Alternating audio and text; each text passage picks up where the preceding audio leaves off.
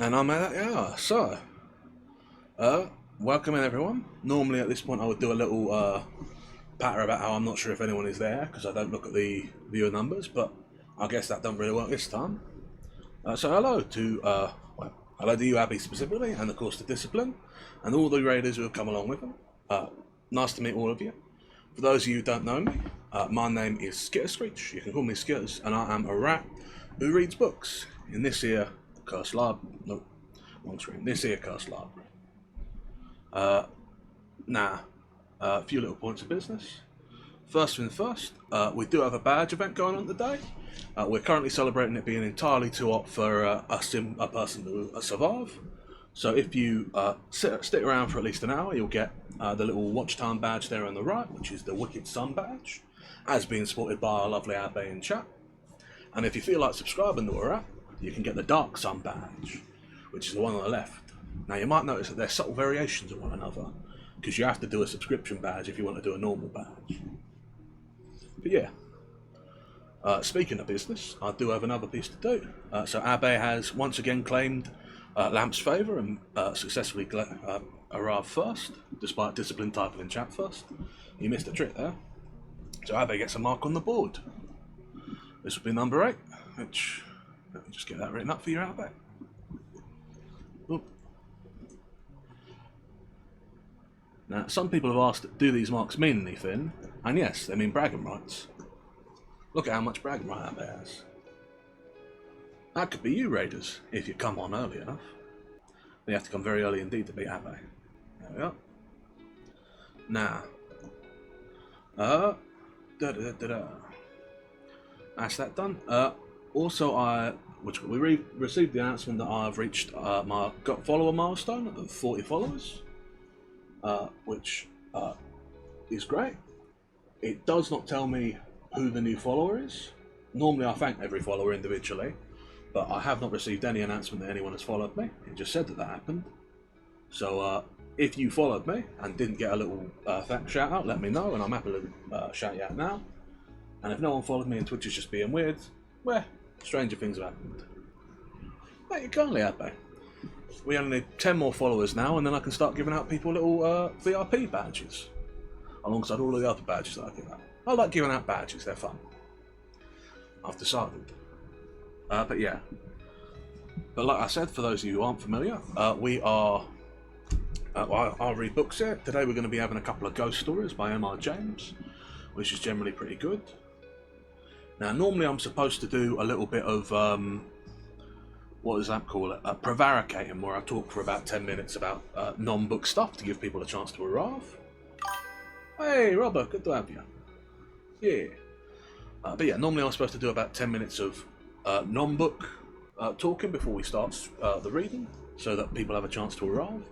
But there are a whole large number of people here, so I'm not sure whether I should do that or not. And also, I didn't prepare anything in advance, which I'm normally supposed to do. So I'm sort of going to take the advantage here of not doing that. But yeah, for those of you who are new here, of course, welcome to stay and just lurk. Of course, if you have to rave and run, I fully understand. And if you just want to lurk, that's perfectly fine. This is basically an audiobook. But yeah, let's head over to the books. Not this one, it was yesterday's book. Here we are. So yeah, we've got a couple of M.R. Jameses. We've got Mr Humphries and His Inheritance, and The Resident at Whitminster, which should be interesting. They're generally pretty good. As I go through, of course, if you happen to miss something, or skip something, or there's a little bit of stream lag or whatever, and you don't catch something, do feel free to let me know, and I'm happy to go back over it. Robert, I strongly appreciate you proclaiming yourself to be a rat. Welcome to the club, my friend. But yeah, what was I saying? Yeah, but if you missed something, or I've missed, or you want me to go over something again, let me know. If you have questions, comments, thoughts, let me know. I'm always happy to hear from you in chat. Yeah, I don't think. Yeah, that's a good point. Hey, Naska. Good to have you in turn. But yeah. As always, thoughts, comments, let me know. If I miss something, let me know. That's 5 minutes past the hour, so I'll probably call that. And yeah, hydrating is a good idea, and I'll take advantage of that myself before we start. By holding off until what is effectively midnight local time, I've managed to wait until the temperature is only 30 degrees Celsius, you see. That's streaming with your head. But yeah. But I think that's all I've got to say. So unless anyone has any questions or thoughts before I start, then without any further ado, I shall begin.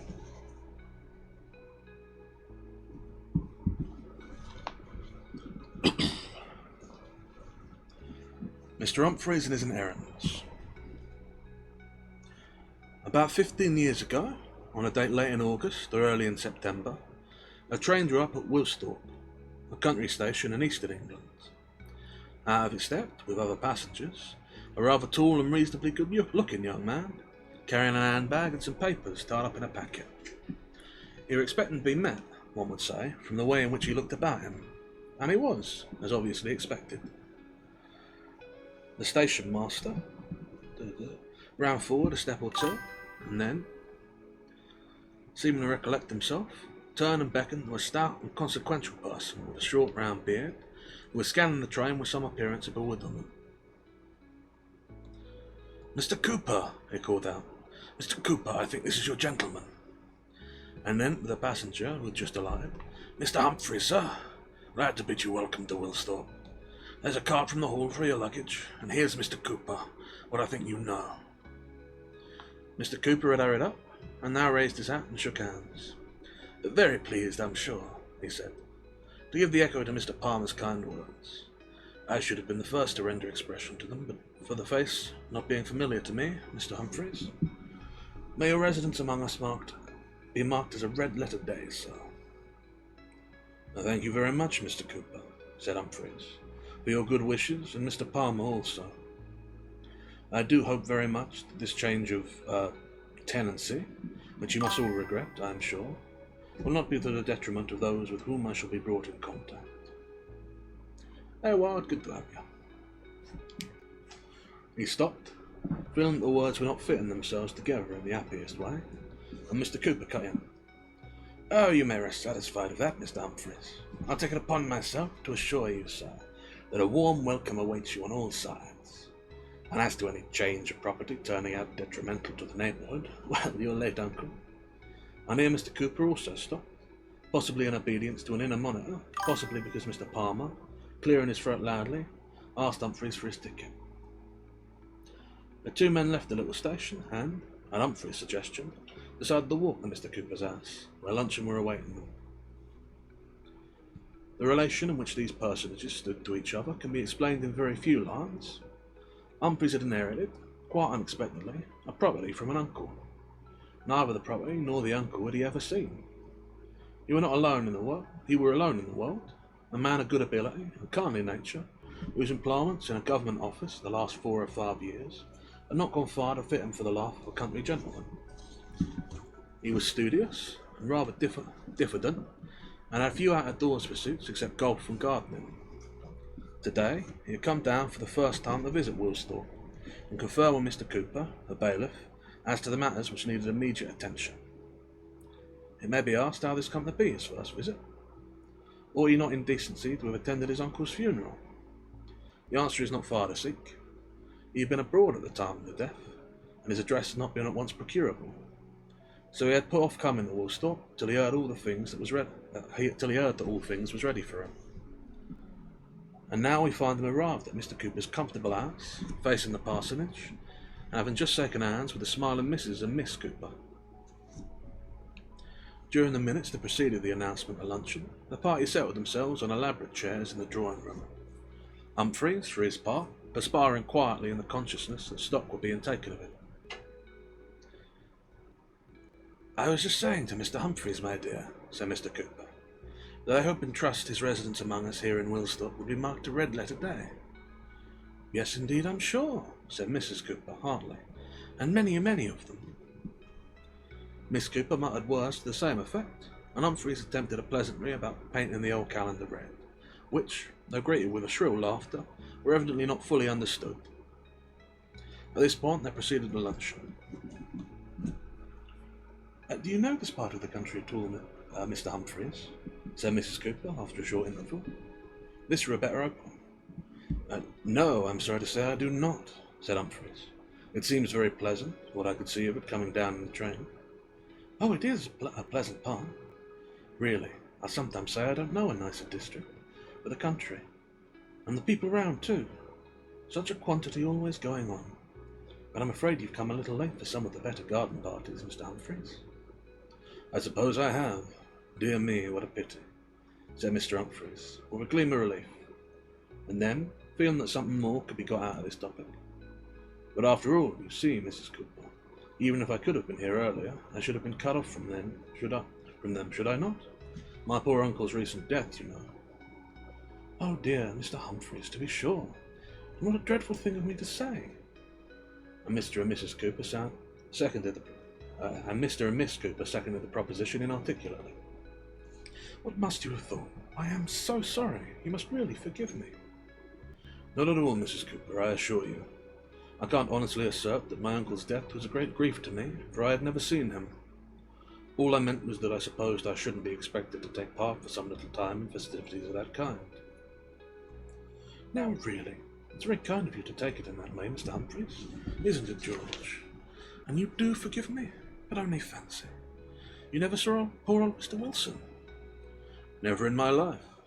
Nor did I ever have a letter from him. But, by the way, you have something to forgive me for. I've never thanked you, except by letter, for all the trouble you've taken to find people to look after me at the Hall." "Oh, I'm sure that was nothing, Mr. Humphries. And I really do think that you'll find them give satisfaction. The man and his wife, whom we've got for the butler and housekeeper, we've known for a number of years. Such a nice, respectable couple. And Mr. Cooper, I'm sure, can answer for the men in the stables and the gardens." "Yes, Mr. Humphries, they're a good lot. The head gardener's the only one who stopped on from Mr. Wilson's time. The major part of the employees, as you no doubt saw by the will, received legacies from the old gentleman and retired from their posts, and, as the wife says, your housekeeper and butler are calculated to render you every satisfaction." "So everything, Mr. Humphries, is ready for you to step in this very day, according to what I understood you to wish," said Mrs. Cooper. "Everything, that is, except company, and there I'm afraid yourself quite at a standstill. Only we did understand it was your intention to move in at once. If not, I'm sure you know we should have been only too pleased for you to stay here." "I'm quite sure you would, Mrs. Cooper, and I'm very grateful to you. But I thought I had really better make the plunge at once. I'm accustomed to living alone, and there will be quite enough to occupy my evenings, looking over papers and books and so on, for some time to come. I thought if Mr. Cooper could spare the time this afternoon to go over the house and grounds with me." Certainly, Mr. Humphries. My time is your own, up to any hour you please." "Till dinner time, father, you mean?" said Miss Cooper. "Don't forget, we're going over to the Brasnets. And have you got all the garden keys?" "Are you a great gardener, Miss Cooper?" "Are you a great gardener, Miss Cooper?" said Mr. Humphries. "I wish you would tell me what I'm to expect at the Hall." "Oh, I don't know about a great gardener, Mr. Humphries. I'm very fond of flowers, but the Hall garden might be made quite lovely, I often say. It's very old-fashioned as it is, and a great deal of shrubbery. There's an old temple besides, and a maze." "Really? Have you explored it ever?" "No," said Miss Cooper, drawing in her lips and shaking her head. "I've often longed to try, but old Mr. Wilson always kept it locked. He wouldn't even let Lady Wardrop into it. She lives near here at Bentley, you know, and she's a great gardener, if you like. That's why I asked father if he had all the keys." "I see. Well, I must definitely look into that and show you over it when I've learned the way." "Oh, thank you so much, Mr. Humphries. Now I shall have the laugh of Miss Foster. That's our rector's daughter, you know. They're away on their holidays now, such nice people. We always had a joke between us which should be the first to get into the maze." "I think the garden keys must be up at the house," said Mr. Cooper, who had been looking over a large bunch. "There is a number there in the library. Now, Mr. Humphries, if you're prepared, we might bid good-bye to the ladies and set forward on our little tour of exploration." I'm going to pause here briefly to have a quick swallow of water.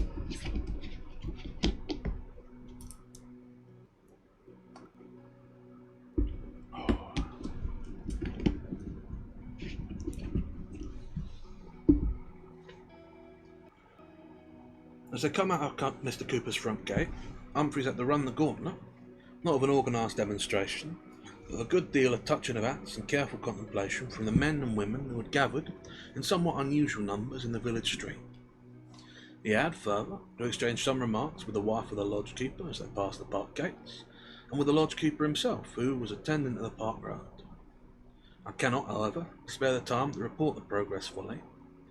As they traversed the half-mile or so between the lodge and the house, Humphries took occasion to ask his companion some questions which brought up the topic of his late uncle, and it did not take long before Mr. Cooper were embarked upon a disquisition. "It is singular to think, as the wife was saying just now, that you should never have seen the old gentleman, and yet... You won't misunderstand me, Mr. Humphries, I feel confident, when I say that in my opinion there would have been but little congeniality betwixt yourself and him. Not that I have a word to say in deprecation, not a single word. I can tell you what he was," said Mr. Cooper, pulling up suddenly and fixing Humphries with his eye. "I can tell you what he was in a nutshell, as the saying goes. He was a complete,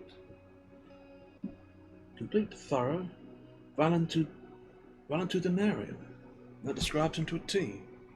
That's what he was, sir, a complete valetudinarian. No participation in what went on around him. I did venture, I think, to send you a few words of cutting from our local paper, which I took the occasion to contribute on his decease. If I recollect myself all right, such is very much the gist of them. Don't, Mr. Humphries," continued Cooper, tapping him impressively on the chest, "don't you run away with the impression that I wish to say aught but what is most creditable of your respected uncle and my late employer. Upright, Mr. Humphries, open as the day, liberal to all in his dealings. He had the heart to feel and the hand to accommodate. But there it was. There was the stumbling block. His unfortunate health, or, as I might more truthfully phrase it, his want of health." "Yes, poor man. Did he suffer from any special disorder before his last illness, which I take it was little more than old age?" "Just that, Mr. Humphries, just that. The flash flickering slowly away in the pan," said Cooper, with what he considered an appropriate gesture. "The golden bowl gradually ceasing to vibrate. But as to your other question, I should return a negative answer. General absence of vitality, yes. Special complaint, no, unless you reckon a nasty cough he had with him. Why, here we are pretty much at the house. A handsome mansion, Mr. Humphries, don't you consider?"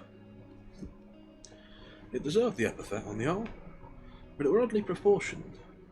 A very tall red brick house with a plain parapet concealing the roof almost entire. It gave the impression of a town house set down in the country. There were a basement and a rather imposing flight of steps leading up to the front door. It seemed also, owing to its art, that it desiderate wings, but there were none. The stables and other offices were concealed by trees. Humphries guessed its probable date at 1770 or thereabouts. The mature couple who had been engaged to act as butler and cook housekeeper were waiting inside the front door, and opened it as their new master approached. Their name, Humphries already knew, were Calton. Of their appearance and manner he formed a favourable impression in a few minutes' talk he had with them. It were agreed that he should go through the plate and the cellar next day with Mr. Calton, and that Mrs. Calton should have a talk with him about linen, bedding, and so on, what there were and what there ought to be. Then he and Cooper, dismissing the Caltons for the present, began their view of the house. Its topography is not of importance to this story. The large rooms on the ground floor were satisfactory, especially the library, which were as large as the dining room, and had 3 tall windows facing east. The bedroom prepared for Humphries was immediately above it. There was many pleasant and a few really interesting old pictures. None of the furniture were new, and hardly any of the books were later than the 70s. After hearing of and seeing the few changes his uncle had made in the house, and contemplating the shiny portrait of him which adorned the drawing room, Humphrey was forced to agree with Cooper that, in all probability, there would have been little to attract him in his predecessor. It made him rather sad that he could not be sorry, dole bête si douleur non possède, with a man who, whether with or without some feeling of kindliness towards his unknown nephew, had contributed so much to his well-being. For he felt that Woolsthorpe were a place in which he could be happy, and especially happy, it might be, in its library. And now it was time to go over the garden. The empty stables could wait, and so could the laundry.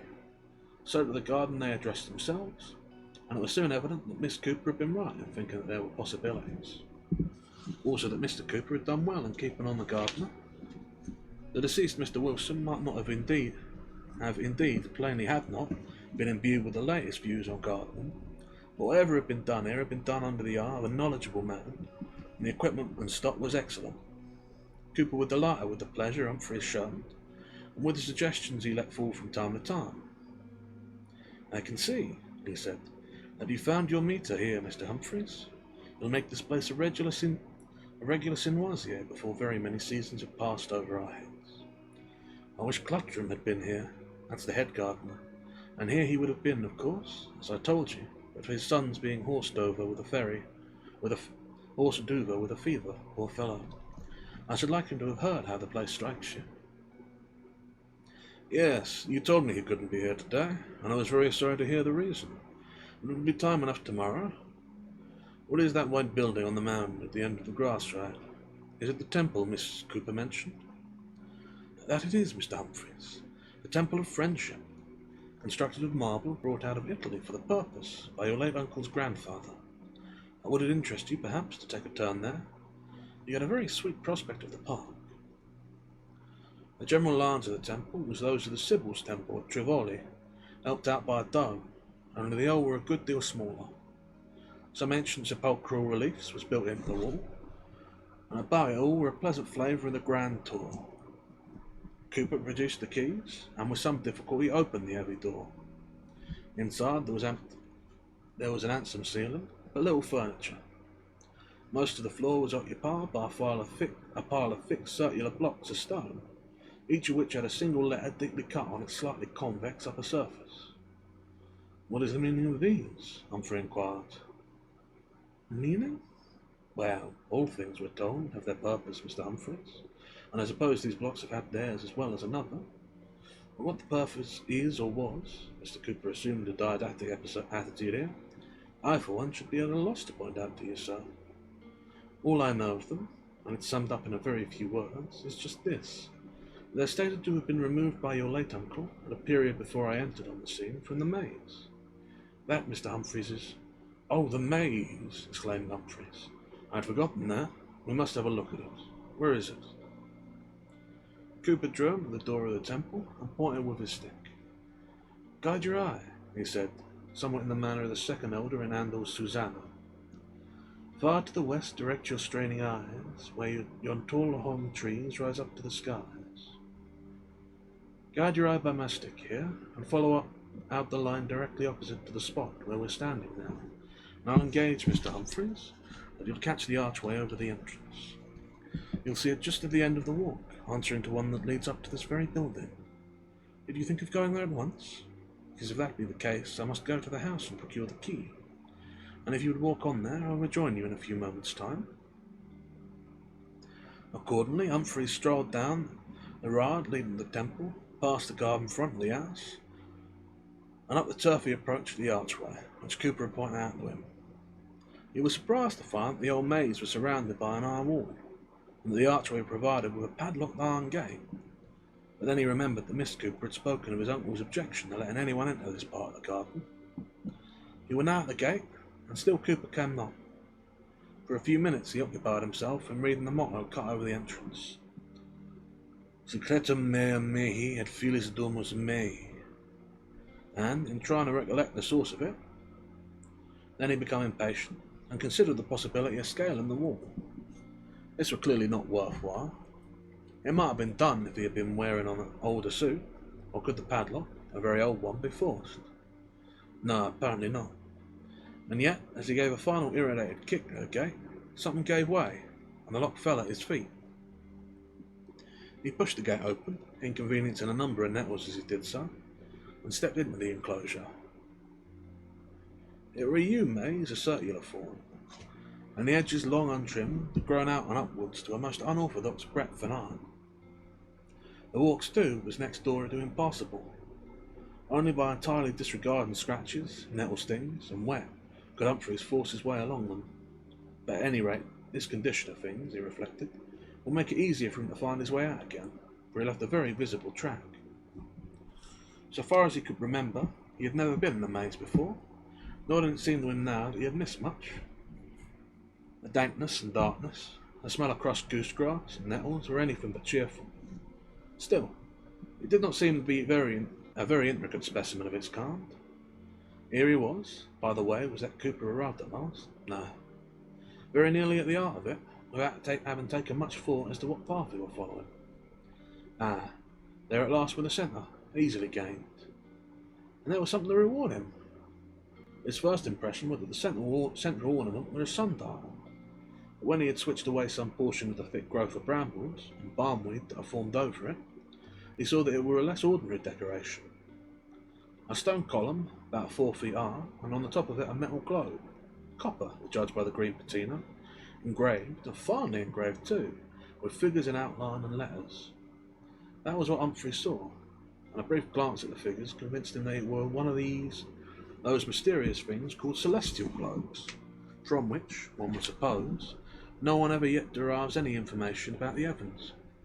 However, it was too dark, at least in the maze, for him to examine this curiosity at all closely, and besides, he now heard Cooper's voice, and the sounds as of an elephant in the jungle. Humphries called to him to follow the track he had beaten out, and soon Cooper emerged, panting, into the central circle. He was full of apologies for his delay. He had not been able, after all, to find the key. But there, he said, you've penetrated into the heart of the mystery, unaided and unannealed, as the saying goes. Well, I suppose it's a matter of 30 or 40 years since any human foot has trod these precincts. Certain it is that I have never set foot in them before. Well, well, what's the old proverb about angels fearing to tread? It's proved true once again in this case. Humphries' acquaintance with Cooper, though it had been short, was sufficient to assure him that there were no guile in this illusion, and he forebore the obvious remark, merely suggesting that it were fully time to get back to the house for a late cup of tea, and to release Cooper for his evening engagement. They left the maze accordingly, experiencing well nigh the same ease in retracing their path as they had in coming in. Have you any idea, Humphries asked, as they went towards the house, why my uncle kept that place so carefully locked? Cooper pulled up, and Humphries felt that he must be on the brink of revelation. I should merely be deceiving you, Mr. Humphries, and that to no good purpose, if I laid claim to possess any information whatsoever on the topic. When I first entered upon my duties here, some 18 years back, that maze was word for word in the condition you see it now, and the one and only occasion on which the question ever arose within my knowledge was that of which my girl made mention in your hearing. Lady Wardrop, I've not a word to say against her, wrote applying for admission to the maze. Your uncle showed me the note, a most civil note, everything that could be expected from such a quarter. Cooper, he says, I wish you'd reply to that note on my behalf. Certainly, Mr. Wilson, I said, for I was quite inured to acting as his secretary. What answer shall I return to it? Well, he said, give Lady Wardrop my compliments, and tell her that if ever that portion of the grounds is taken in hand, I shall be happy to give her the first opportunity of viewing it, but that it has been shut up for a number of years, and I shall be grateful to her if she kindly won't press the matter. That, Mr. Humphries, was your good uncle's last word on the subject, and I don't think I can add anything to it, unless, added Cooper, after a pause, it might be just this, that so far as I could form a judgment, he had a dislike, as people often will for one reason or another, to the memory of his grandfather who, as I mentioned to you, had that maze laid out. A man of peculiar tenets, Mr. Humphries, and a great traveller. You'll have the opportunity on the coming Sabbath of seeing the tablet to him in our little parish church. But up it was some long time after his death.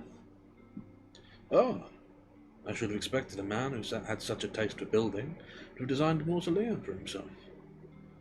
Well, I've never noticed anything of the kind you mention, and in fact, come to think of it, I'm not at all sure that his resting place is within our boundaries at all.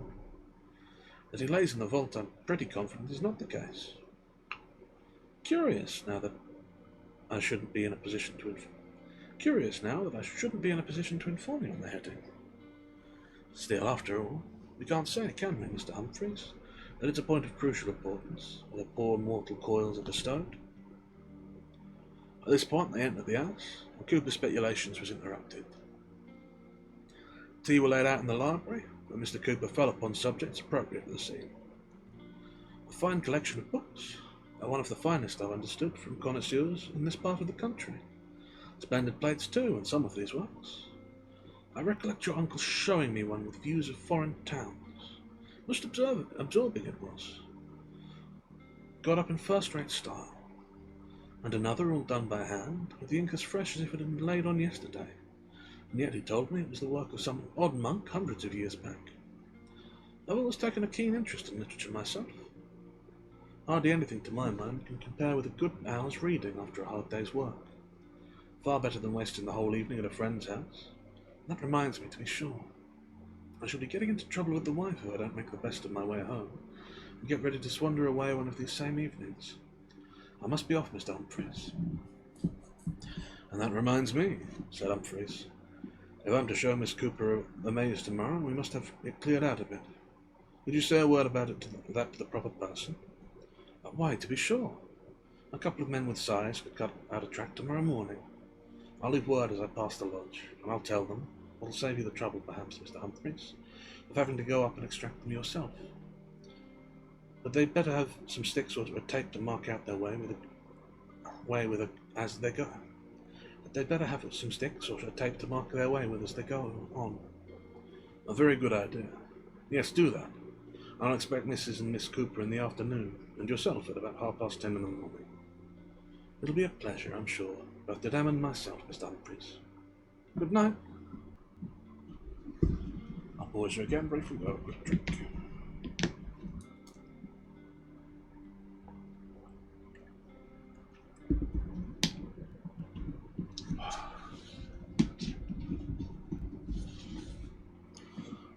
Humphries dined at 8.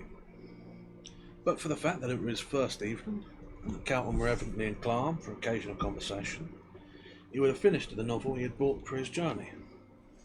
As it were, he had to listen and reply to some accountant's impressions of the neighbourhood and the season. The latter, it appeared, was seasonable, and the former had changed considerably, and not altogether for the worse, such as Count's boyhood, which had been spent there.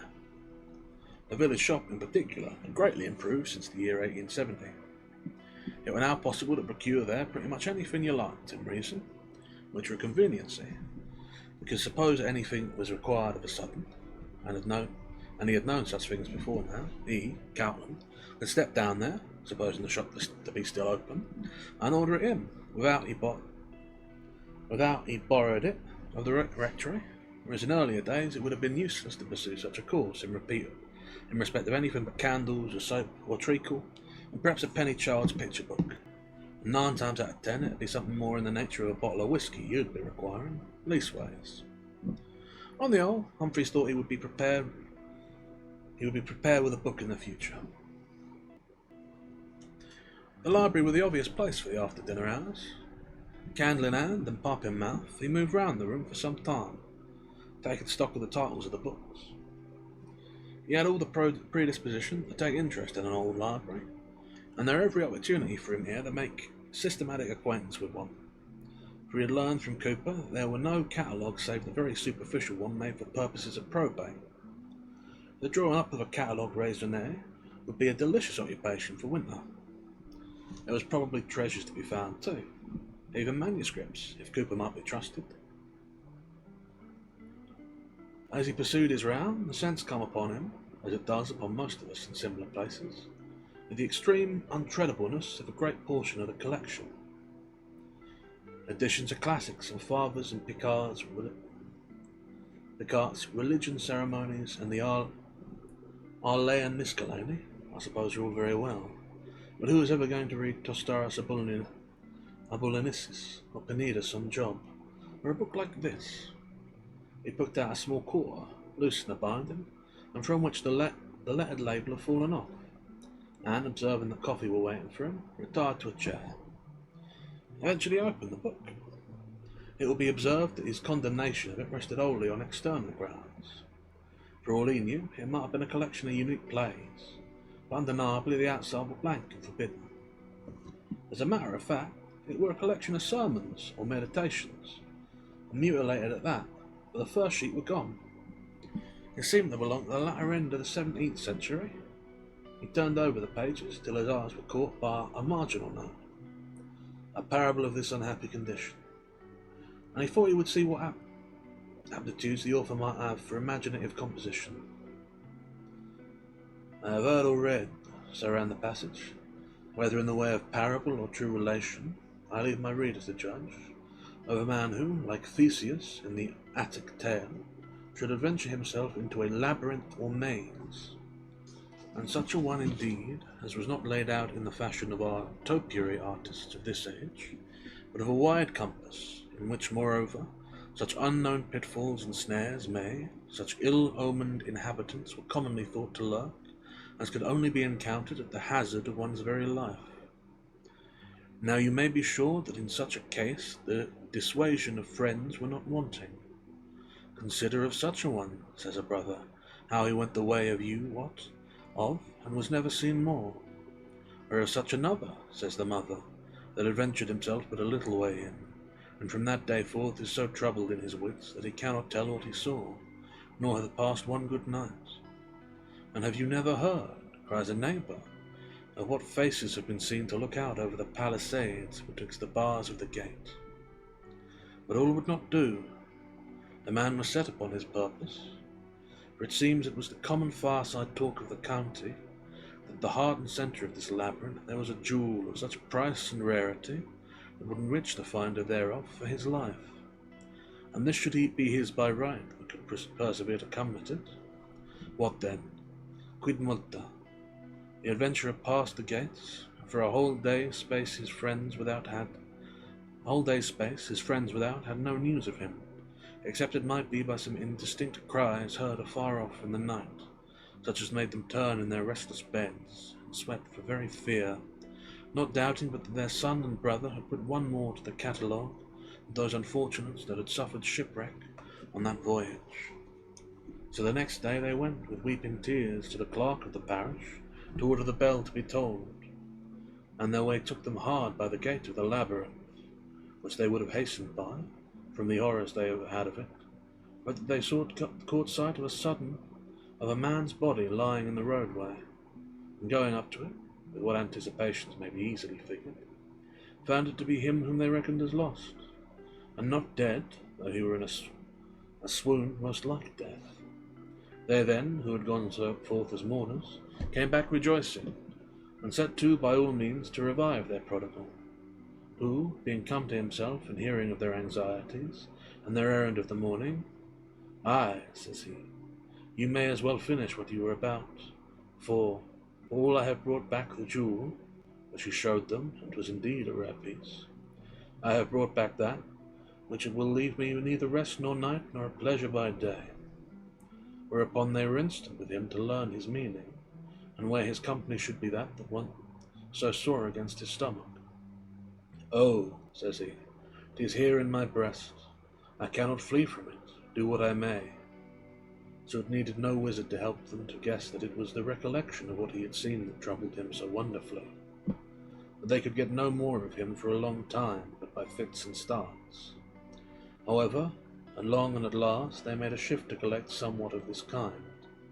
That at first, while the sun was bright, he went merrily on, and without any difficulty reached the heart of the labyrinth and got the jewel, and so set out on his way back rejoicing.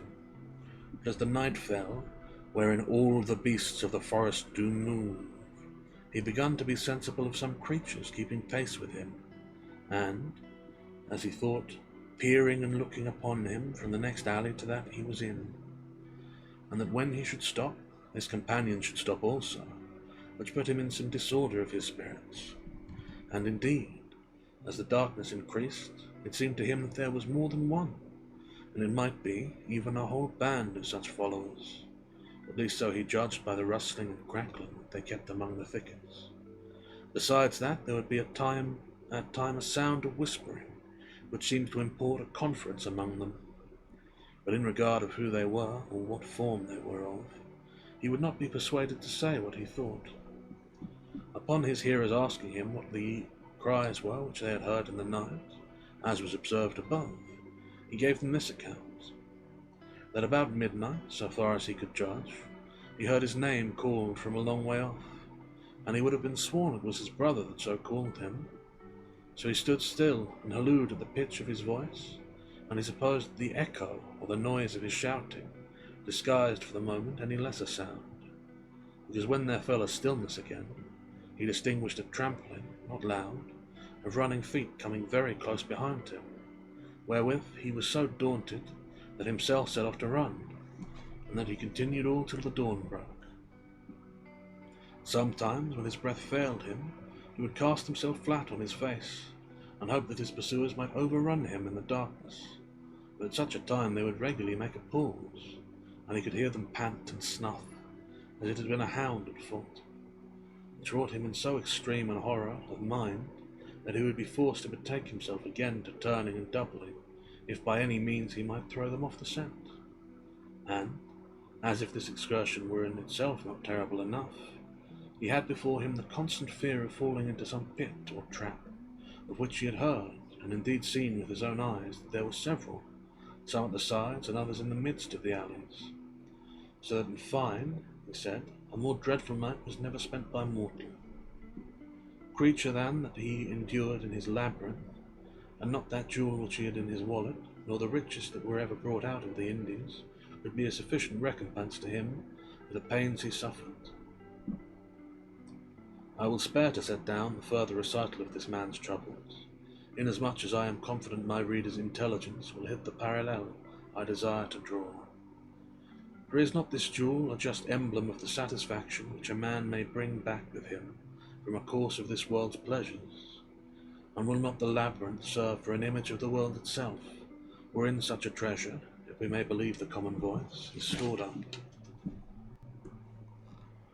And about this point, Humphries thought that a little patience would be an agreeable change to that of the writer's improvement of his parable might be left to itself.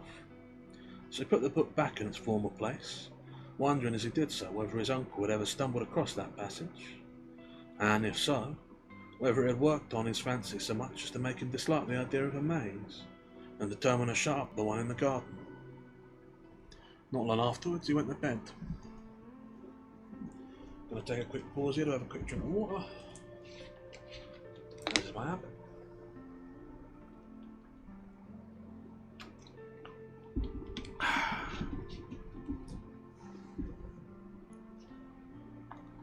There he is. Now back to it.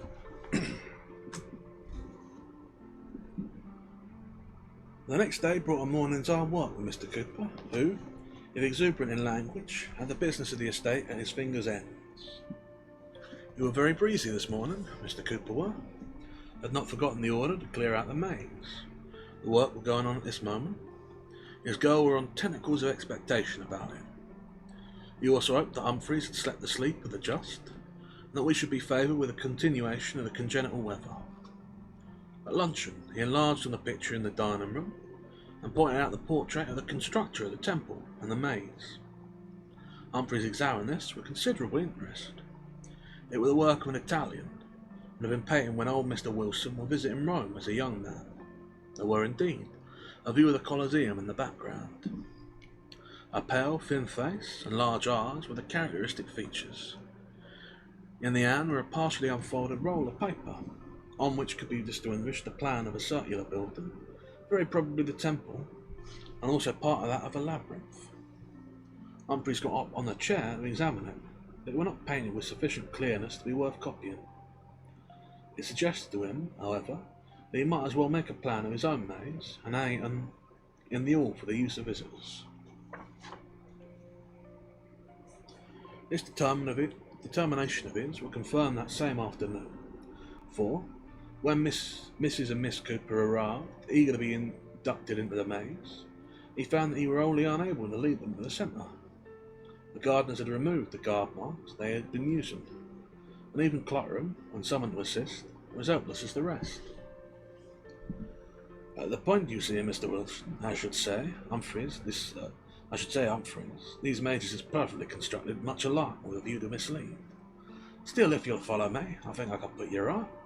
Just put my hand down here as a starting point. Or just put my hat down here as a starting point. He stumped off, and after 5 minutes brought the party safe to the hut again. "Now that's a very peculiar thing," he said with just a sheepish laugh. "I made sure I left the hut just over against the bramble bush, and you can see for yourself there ain't no bramble bush not in this walk at all. If you'll allow me, Mr Humphries, that's the name, ain't it, sir? I'll just call one of the men in to mark the place like." William Crack arrived in answer to repeated shouts. He had some difficulty in marking his way to the party. First he was seen, or heard, in an inside alley, then, almost at the same moment, in an outer one. However, he joined them at last, and was first consulted without effect, and then stationed by the app, which Clutterham still considered it necessary to leave on the ground. In spite of this strategy, they spent the best part of 3/4 of an hour in quite fruitless wanderings, and Humphries was obliged at last, seeing how tired Mrs Cooper were, becoming, to suggest a retreat to tea, with profuse apologies to Miss Cooper. "At any rate, you've won your bet with Miss Foster," he said. "You have been inside the maze, and I promise you that the first thing I shall do is to make a proper pound of it with the lines marked out for you to go by." "That's what's wanted, sir," said Clutterham. "Someone to draw out a plan and keep it by 'em. It might be very awkward, you see, anyone getting into that place and a shower of rain come on, and them not able to find their way out again. It might be hours before they could be got out, without you would permit me of making a short cut to the middle. What my meaning is, taking down a couple of trees in each edge in a straight line so you could get a clear view right through it. Of course that'd do away with it as a maze, but I don't know as you'd approve of that." "No, I won't have that done yet. I'll make a plan first and let you have a copy. Later on, if we find occasion, I'll think of what you say." Humphries was vexed and ashamed at the fiasco of the afternoon, and could not be satisfied without making another effort that evening to reach the centre of the maze. His irritation was increased by finding it without a single false step. He had thoughts of beginning his plan at once, but the light was fading, and he felt that by the time he had got the necessary materials together, work would be impossible. Next morning, accordingly, carrying a drawing board, pencils, compasses, cartridge paper, and so forth, some of which had been borrowed from the Coopers and some found in the library's cupboards, he went to the middle of the maze, again without any hesitation, and set out his materials. He were, however, delayed in making a start.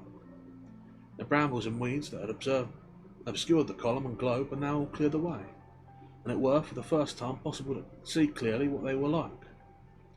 The column were featureless, resembling those on which sundials is usually placed. Not so the globe.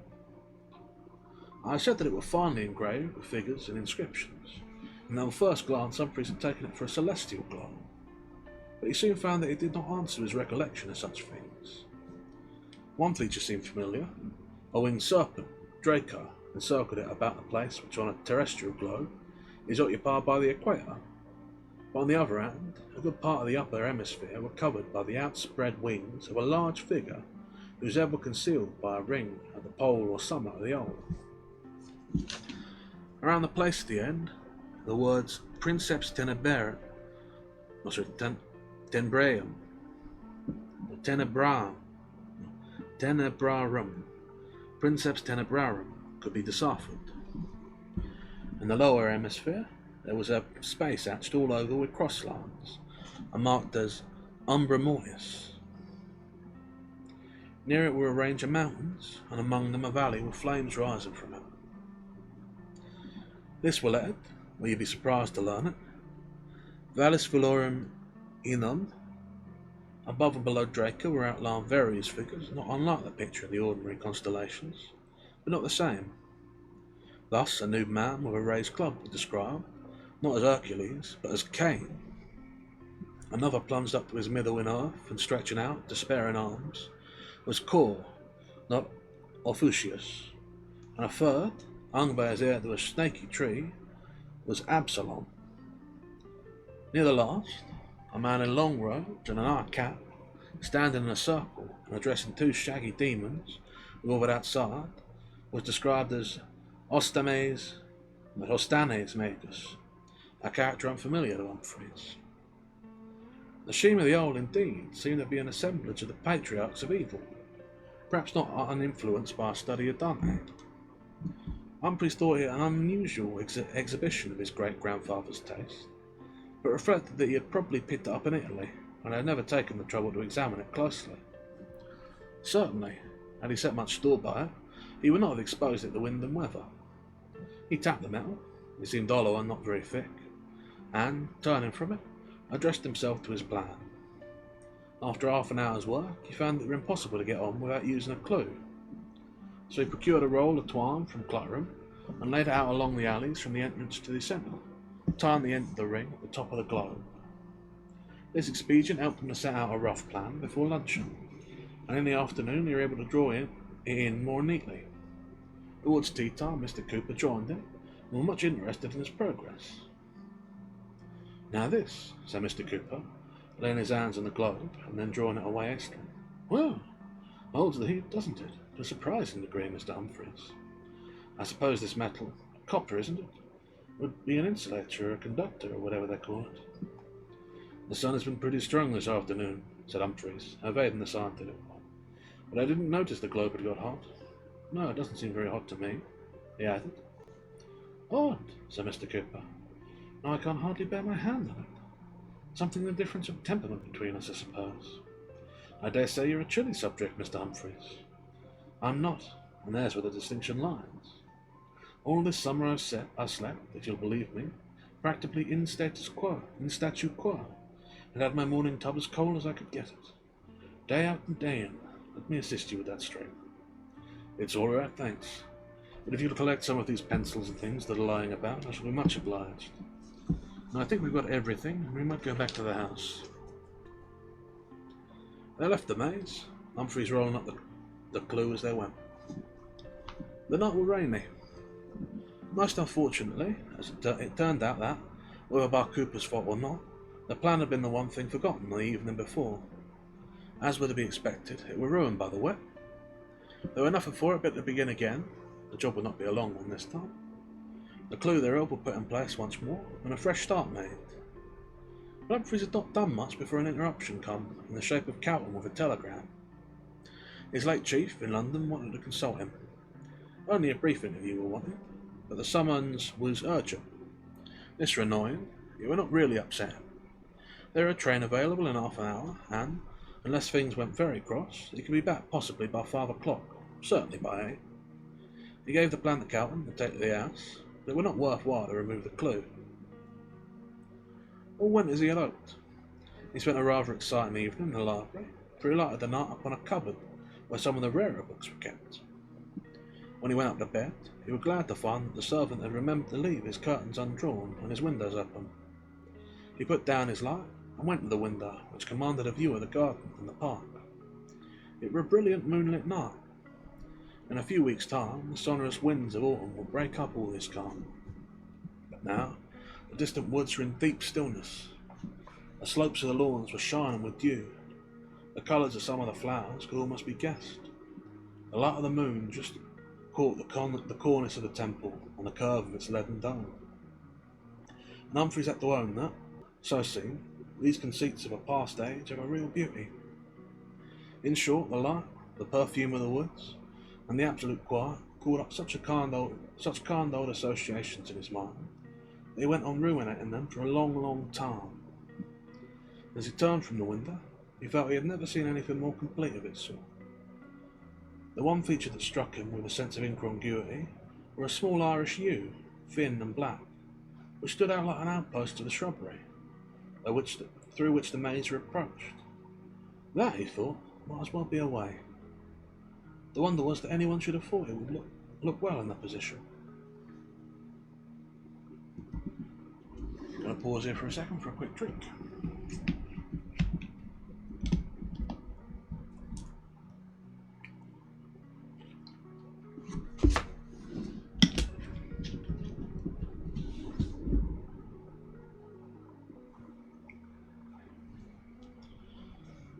However, next morning, in the press of answering letters and going over books with Mr. Cooper, the Irish yew were forgotten. One letter, by the way, arrived this day which has to be mentioned. It was from that Lady Wardrop whom Miss Cooper had mentioned, and it renewed the application which she had addressed to Mr. Wilson.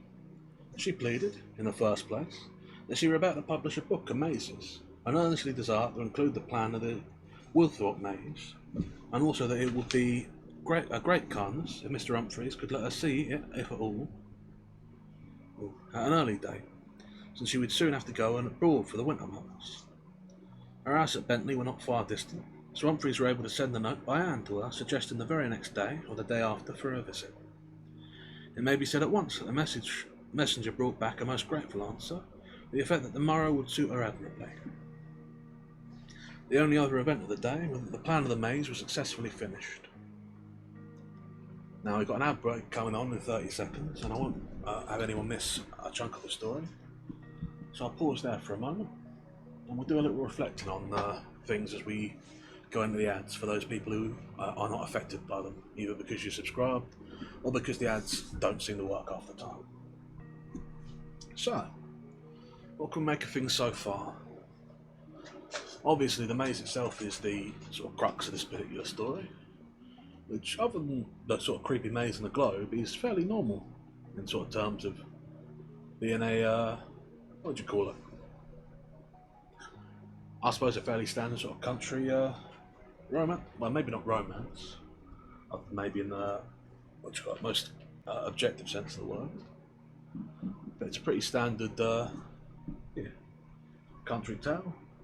Man inherits property from an unknown relative, moves to the countryside, gets acquainted with the locals, goes through things.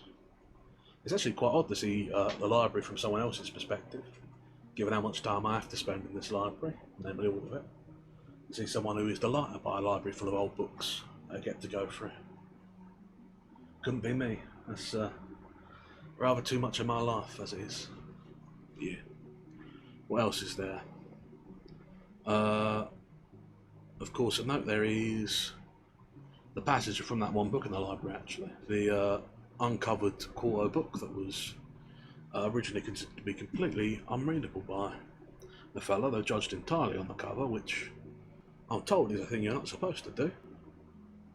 But yeah, what else? Obviously we have the temple as well, with the stones in it. That's actually that's something that has to be considered, actually. We haven't really seen much of the stones. It was apparently taken out of the library. But yeah, I just suppose add something to the whole affair. That might be another, what do you call it, angle, element, confusion of the piece. I expect they'll come up again before the end. And now we have Miss, or Lady Windrop, I should say, who's interested in the maze, coming to visit. Oh, and of course the plans, the first of which were destroyed, quite by chance, of course. And the second one completed, just now. I wonder if it will survive the night. Who can say? Who can say? But yeah, overall we've got quite a lot of little things going on here. It's an interesting story all told. The globe in particular is notable. Actually, let me go back to the relevant passage, because I don't speak a lot of Latin, but I got a couple of things out of that. Here we are. At the head the words Princeps Tenebrarum.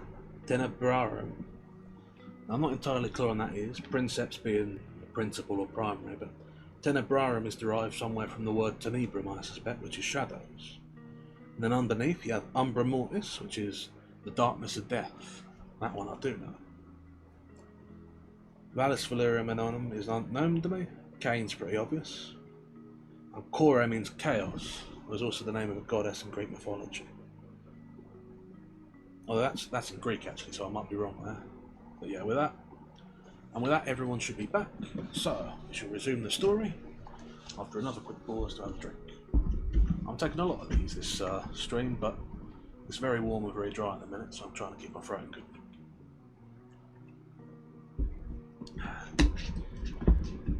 A lot of you should be hydrating too, so you better do that if you haven't been. Right. The only other event of the day was that the plan of the maze was successfully finished. This night again were fair and brilliant and calm, and Humphries lingered almost as long at his window. The Irish hue come to his mind again, as he were on the point of drawing his curtains. Either he had been misled by a shadow the night before, whereas the shrub were not really so obtrusive as he had fancied. Anyhow, he saw no reason for interfering with it. What he would do away with, however, were a clump of dark growth which had usurped the place against the house wall, and were threatening to obscure one of the lower range of windows. It did not look as if it could possibly be worth keeping. He fancied it dank and unhealthy, little as he could see of it. Next day, it were Friday, he had arrived at Woolsthorpe on a Monday. Lady Wardrop come over in her car soon after luncheon. She were a stout, elderly person, very full of talk of all sorts, and particularly inclined to make herself agreeable to Humphries, who had gratified her very much by his ready granting of her request. They made a thorough exploration of the place together, and Lady Wardrop's opinion of her host obviously rose sky-high when she found that he really knew something of gardening. She entered enthusiastically into all his plans for improvement, but agreed that it would be a vandalism to interfere with the characteristic laying out of the ground near the house. With the temple she was particularly delighted, and, says she, "Do you know, Mr Humphries, I think your bailiff must be right about these lettered blocks of stone. One of my mazes, I'm sorry to say the stupid people have destroyed it now, it were a place in Hampshire, had the track marked out in that way. There were tiles there, lettered just like yours, and the letters, taken in the right order, formed an inscription. What it was, I forget. Something about Theseus and Ariadne. I have a copy of it, as well as the plans of the maze where it was. How people can do such things. I shall never forgive you if you injure your maze. Do you know they're becoming very uncommon? Almost every year I hear of one being grubbed up. Now do let's get straight to it. Or if you're too busy, I know my way there perfectly. I'm not afraid of getting lost in it. I know too much about mazes for that. But I remember missing my lunch not so very long ago either, through getting entangled in the one at Busbury. Well, of course, if you can manage to come with me, that would be all the nicer." After this confident prelude, justice would seem to require that Lady Wardrop should have been hopelessly muddled by the Woolsthorpe maze. Nothing of that kind happened. It is to be doubted whether she got all the enjoyment from her new specimen she expected. She were interested, keenly interested, to be sure, and pointed out to Humphries a series of little depressions in the ground which she thought marked the places of the lettered blocks. She told him, too, what other mazes resembled these most closely in arrangement, and explained how it were usually possible to date a maze to within 20 years by means of its plan. This one, she already knew, must be about as old as 1780, and its features were just what might be expected. The globe, furthermore, completely absorbed her. It were unique in her experience, and she pored over it for long. "I should like a rubbing of that," she said, "if it could possibly be made. Yes, I'm sure you would be most kind about it, Mr Humphries, but I trust you won't attempt it on my account. I do indeed. I shouldn't like to take any liberties here. I have the feeling that it might be resented. Now confess," as she went on, turning and facing Humphries, "don't you feel, haven't you felt ever since you came here, that a watch is being kept on us, and that if we overstep the mark in any way, there would be a pounce? No? I do. I don't care how soon we're outside the gate. After all," she said, when they was once more on their way to the house, "it may have been only the airlessness and the dull heat of the place that pressed on my brain. Still, I'll take back one thing I said. I'm not sure that I shan't forgive you after all, if I find next spring that maze has been grubbed up. Whether or no that's done, you shall have the plan, Lady Wardrop. I have made one, and no later than tonight I can trace you a copy." "Admirable. A pencil tracing will be all I want, with an indication of the scale. I can easily have it brought into line with the rest of my plates. Many thanks, or many, many thanks." "Very well. You shall have that tomorrow. I wish you could help me to a solution of my block puzzle." "What, those stones in the summer house? That is a puzzle. They're in no sort of order." "Of course not. But the men who put them down must have had some directions. Perhaps you'll find a paper about it among your uncle's things. If not, you'll have to call in somebody who's an expert in ciphers." "Advise me about something else, please," said Humphries. "That bush thing under the library window. You would have that away, wouldn't you?" "Which, that? Oh, I think not," said Lady Wardrop.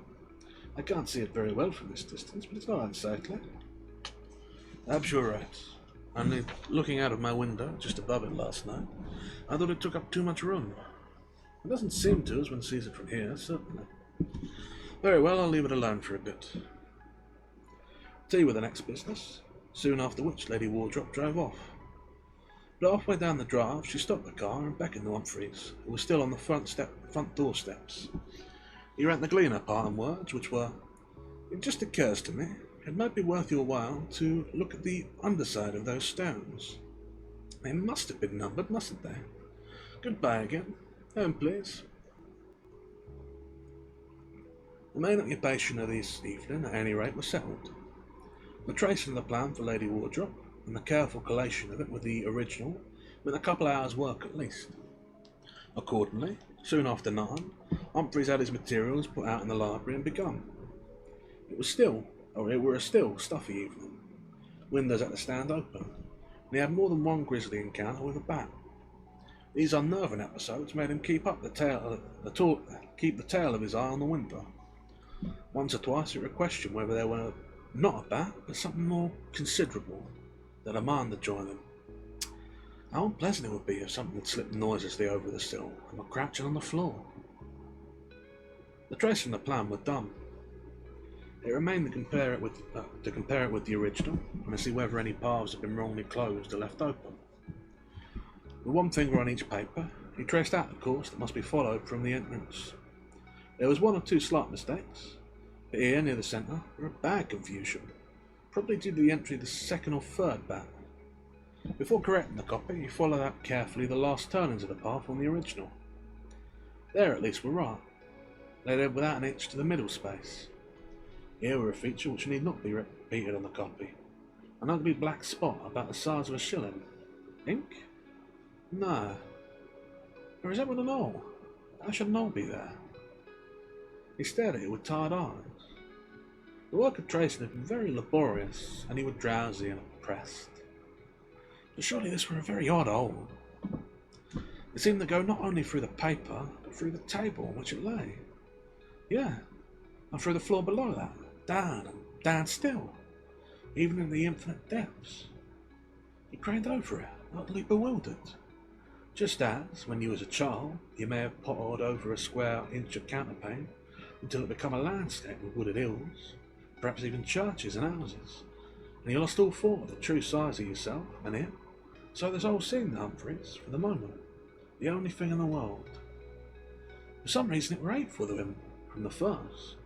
He had gazed at it for some moments before any feeling of anxiety come upon him. And then it did come, stronger and stronger, an horror lest something might emerge from it, and a really agonising conviction that a terror won its ray, from the sight of which he would not be able to escape. Oh yes, far, far down there were a movement, and the movement were upwards, towards the surface. Nearer and nearer it come, and it was a blackish grey colour with more than one dark hole. It took shape as a face, a human face, a burnt human face. And with the odious writhings of a wasp creeping out of a rotten apple, there clambered forth an appearance of form, waving black arms prepared to clasp the head that were bending over them. With a convulsion of despair, Humphrey threw himself back, struck his head against an hanging lamp, and fell. There was a concussion of the brain, shock to the system, and the long confinement to bed. The doctor was badly puzzled, not by the symptoms, but a request which Humphries made to him as soon as he were able to say anything. "I wish you would open the ball in the maze." Hardly room enough there, I should have thought. The best answer he could summon up. "It's more in your way than mine. My dancing days are over." Which Humphries muttered and turned over to sleep, and the doctor intimated to the nurses that the patient were not out of the woods yet. When he were better able to express his views, Humphrey made the meaning clear, and received a promise that the thing should be done at once.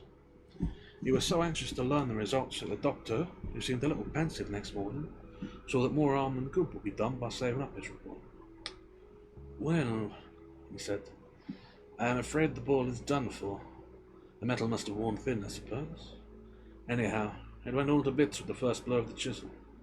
"Well, go on, do," said Humphries impatiently. "Oh, you want to know what we found in it, of course. Well, it was half full of stuff like ashes, Ashes? What did you make of them? I haven't thoroughly examined them yet. There's hardly been time. Cooper's made up his mind, I dare say, from something I said, that it's a case of cremation. Now don't excite yourself, my good sir. Yes, I must allow I think he's probably right.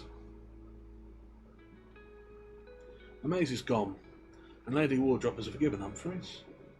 In fact, I believe he married her niece. She were right, too, in her conjecture that the stones in the temple was numbered.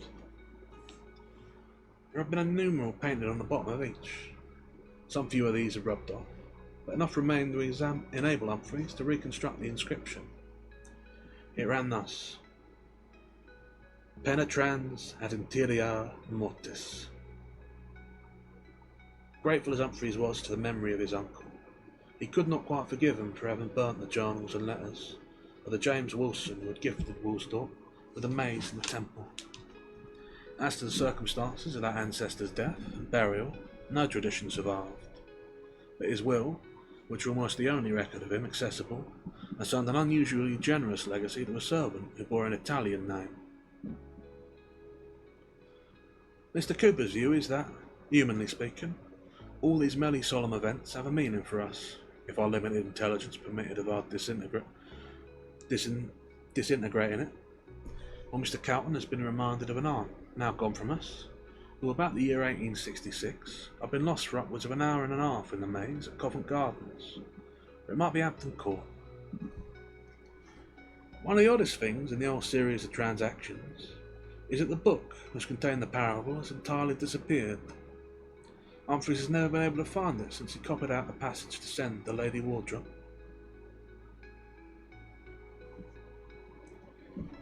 That's the end of Mr. Humphries and his inheritance. Well. That was an odd one. I'll have a quick drink of water and then I'll give my thoughts.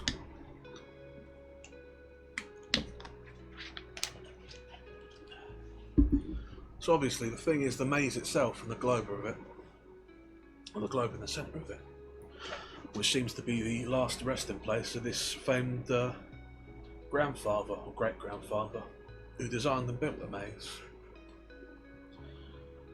and seems in some way to have entombed himself in it and kept himself bound upon the earth, a ghost and haunting thing, and through the plan almost managed to make his way back to the surface.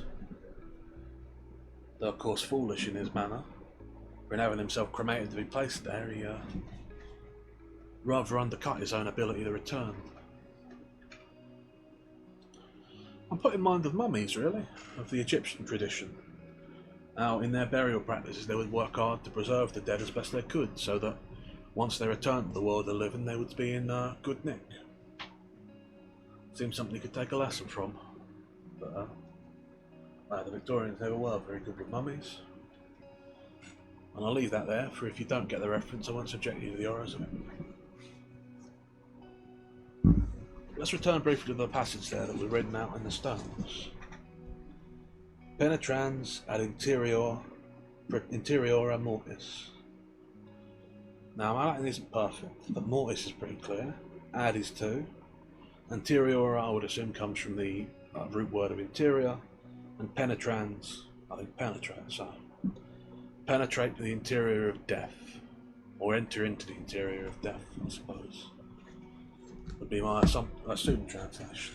Again with the caveat that my Latin is far from perfect.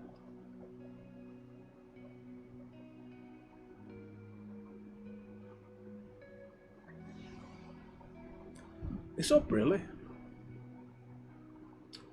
There's a few classical references here, generally to Theseus, but the legend I'm put in mind of is that of Orpheus, who opened the passage to the underworld and walked in. I can't say that I can recall any legends or labyrinths leading to the underworld.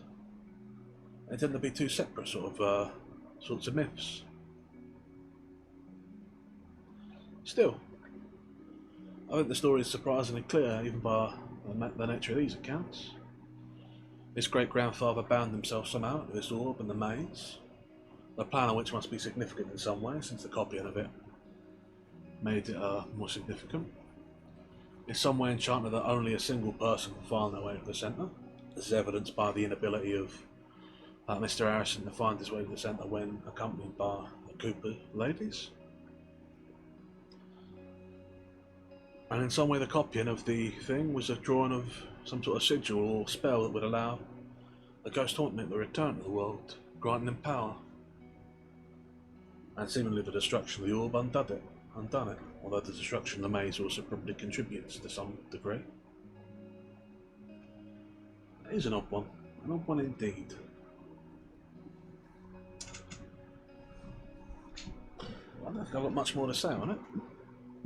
An interesting story, a very typical James. You've got a cursed object, you've got a gentleman scholar who's the sort of central character, and you have people dealing as best they can with the events of the Ornan without going on undue lengths to try and understand the thing, which is dreadfully sensible, and again puts me in question whether these is actual accounts he's collected rather than stories he's written. But this one does feel a bit more story-like than most of his other ones, so I'm not so sure. Now that ran us about an hour and 20 minutes, or more like an hour and 10 after all told, with the introduction to the initial faffing about. And that were 51 pages. Now the other one we got, The Residence at Whitminster, is... how long is it? It's only 34. So it'll probably see us to the 2-hour mark, which seemed like a good amount of time to me. So I think we should try and get through that one as well, providing you were all up for it. Also, for those of you who are lurking and who weren't here for yesterday's stream, I will say to you that you might have a badge waiting for you if you've been here long enough. There should be an hour's view time badge, which I think you've got to click a little box on the screen to get. So if you're interested, this might be a time to check that. I myself shall have a quick drink, and I shall head into the next one.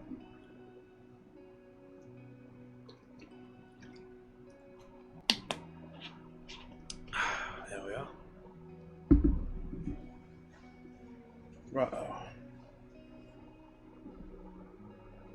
Now then, let's be getting on to The Residence at Whitminster, shall we? Same as before, if you need me to repeat something, or you've missed something, or you just want to ask questions, feel free to let me know, etc, etc. Yeah. Without any further ado. The Residence at Whitminster. Dr. Ashton, Thomas Ashton, Doctor of Divinity, sat in his study, habited in a dressing gown and with a silk cap on his shaven head, his wig being for the time taken off and placed on its block on a side table. He was a man of some 55 years, strongly made, of a sanguine complexion, an angry eye, and a long upper lip. Face and eye was lighted up at the moment, when I picture him, by the level ray of an afternoon sun that shone in upon him through a tall sash window, given on the west. The room into which it shone were also tall, lined with bookcases, and, where the walls showed between them, panelled.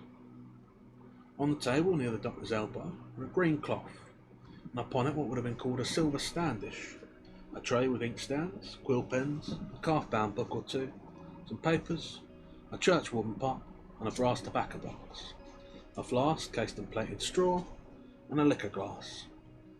The year was 1730, the month December, the hour somewhat past 3 in the afternoon. I have described in these lines pretty much all that a superficial observer would have noted when looking into the room. What met Dr. Ashton's eye when he looked out of it, sitting in his leather armchair, little more than the tops of the shrubs and fruit trees of his garden could be seen from that point, but the red brick wall of it were visible in almost all the length of its western side. In the middle of that were a gate, a double gate of rather elaborate iron scrollwork, which allowed something of a view beyond.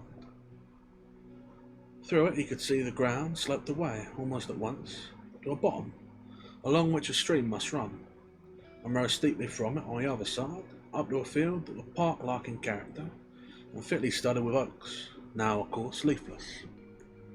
They did not stand so thick together, but that some glimpse of sky and horizon could be seen between their stems. The sky were now golden, and the horizon of distant woods, it seemed, were purple. All that Dr. Ashton could find to say, after contemplating this prospect for many minutes, were abominable. A listener would have been aware, immediately upon this, of the sound of footsteps coming somewhat hurriedly in the direction of the study. By the resonance, he could have told that they were traversing a much larger room. Dr. Ashton turned round in his chair as the door opened, and looked expectant. The incomer were a lady, a stout lady in the dress of the time. Though I have made some attempt at indicating the doctor's costume, I will not enterprise that of his wife, for it was Mrs. Ashton who now entered. She had an anxious, even a sorely distracted look, and it were in a very disturbed voice that she almost whispered to Dr. Ashton, putting her head close to his. "He's in a very sad way, love. Worse, I'm afraid." "Tut, tut, is he really?" And he leaned back and looked at her face. She nodded. Two solemn bells, high up and not far away, rang out the half hour at the moment. Mrs. Ashton started. "Oh, do you think you can give orders that the minister clock be stopped chiming tonight? It is just over his chamber, and will keep him from sleeping, and to sleep is the only chance for him, that's certain." "Why, to be sure, if there were real need, it could be done, not upon any light occasion. Miss Frank, now, do you assure me that his recovery stands upon it?" said Dr. Ashton. His voice was loud and rather hard. "I do verily believe it," said his wife. "Then, if it must be, bid Molly run across to Simpkins, and say on my authority that he is to stop the clock chimes at sunset, and, yes, she is after that to say to my Lord Saul that I wish to see him presently in this room." Mrs. Ashton hurried off. Before any other visitor enters, it will be well to explain the situation. Dr. Ashton were the older, among other preferments, of a prebend in the rich collegiate church of Whitminster, one of the foundations which, though not a cathedral, survived dissolution and reformation, and retained its constitution and endowments for 100 years after the time on which I write. The great church, the residence of the dean and the two prebendaries, the choir and its appurtenances, was all intact and in working order. A dean who flourished soon after 1500 had been a great builder and erected a spacious quadrangle with red brick adjoining the church for the residence of the officials. Some of these persons were no longer required. Their offices had dwindled down to mere titles, borne by clergy or lawyers in the town and neighbourhood, and so the houses that had been meant to accommodate 8 or 10 people was now shared among 3, the dean and the 2 prebendaries. Dr. Ashton's included what had been the common parlour and the dining hall of the old body. It occupied an old side of the court, and at one end had a private door into the minster. The other end, as we have seen, looked out over the country.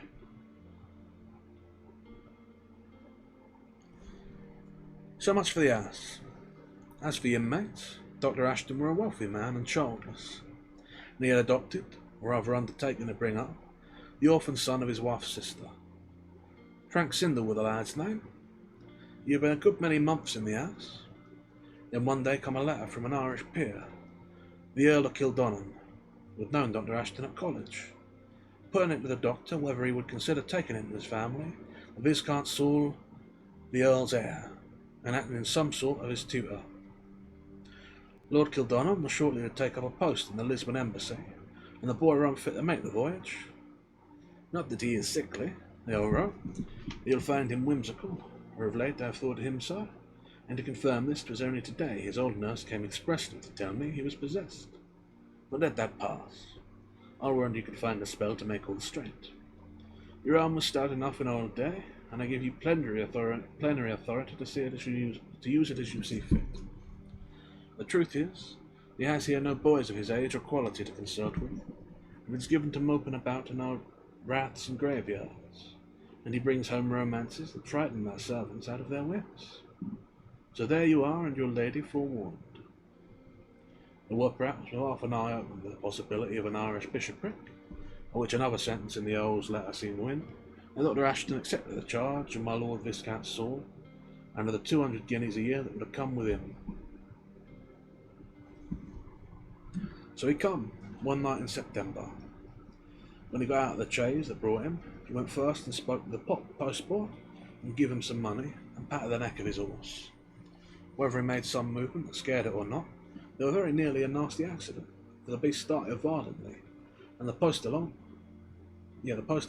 being unready, was thrown and lost his fee, as he found afterwards, and the chaise lost some paint on the gateposts, and the wheel went over the man's foot, who had taken out the baggage.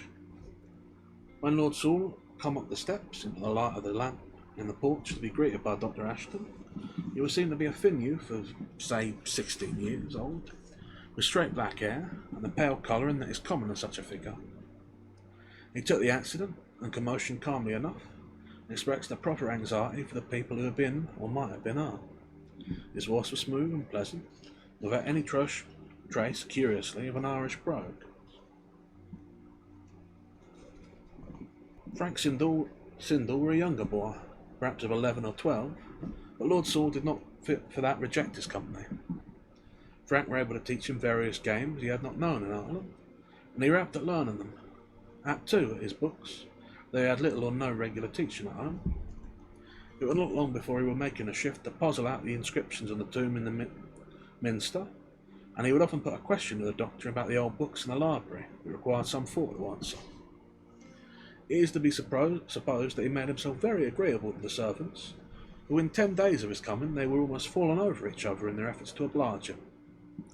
At the same time, Mrs. Ashton was rather put to it to find new maidservants.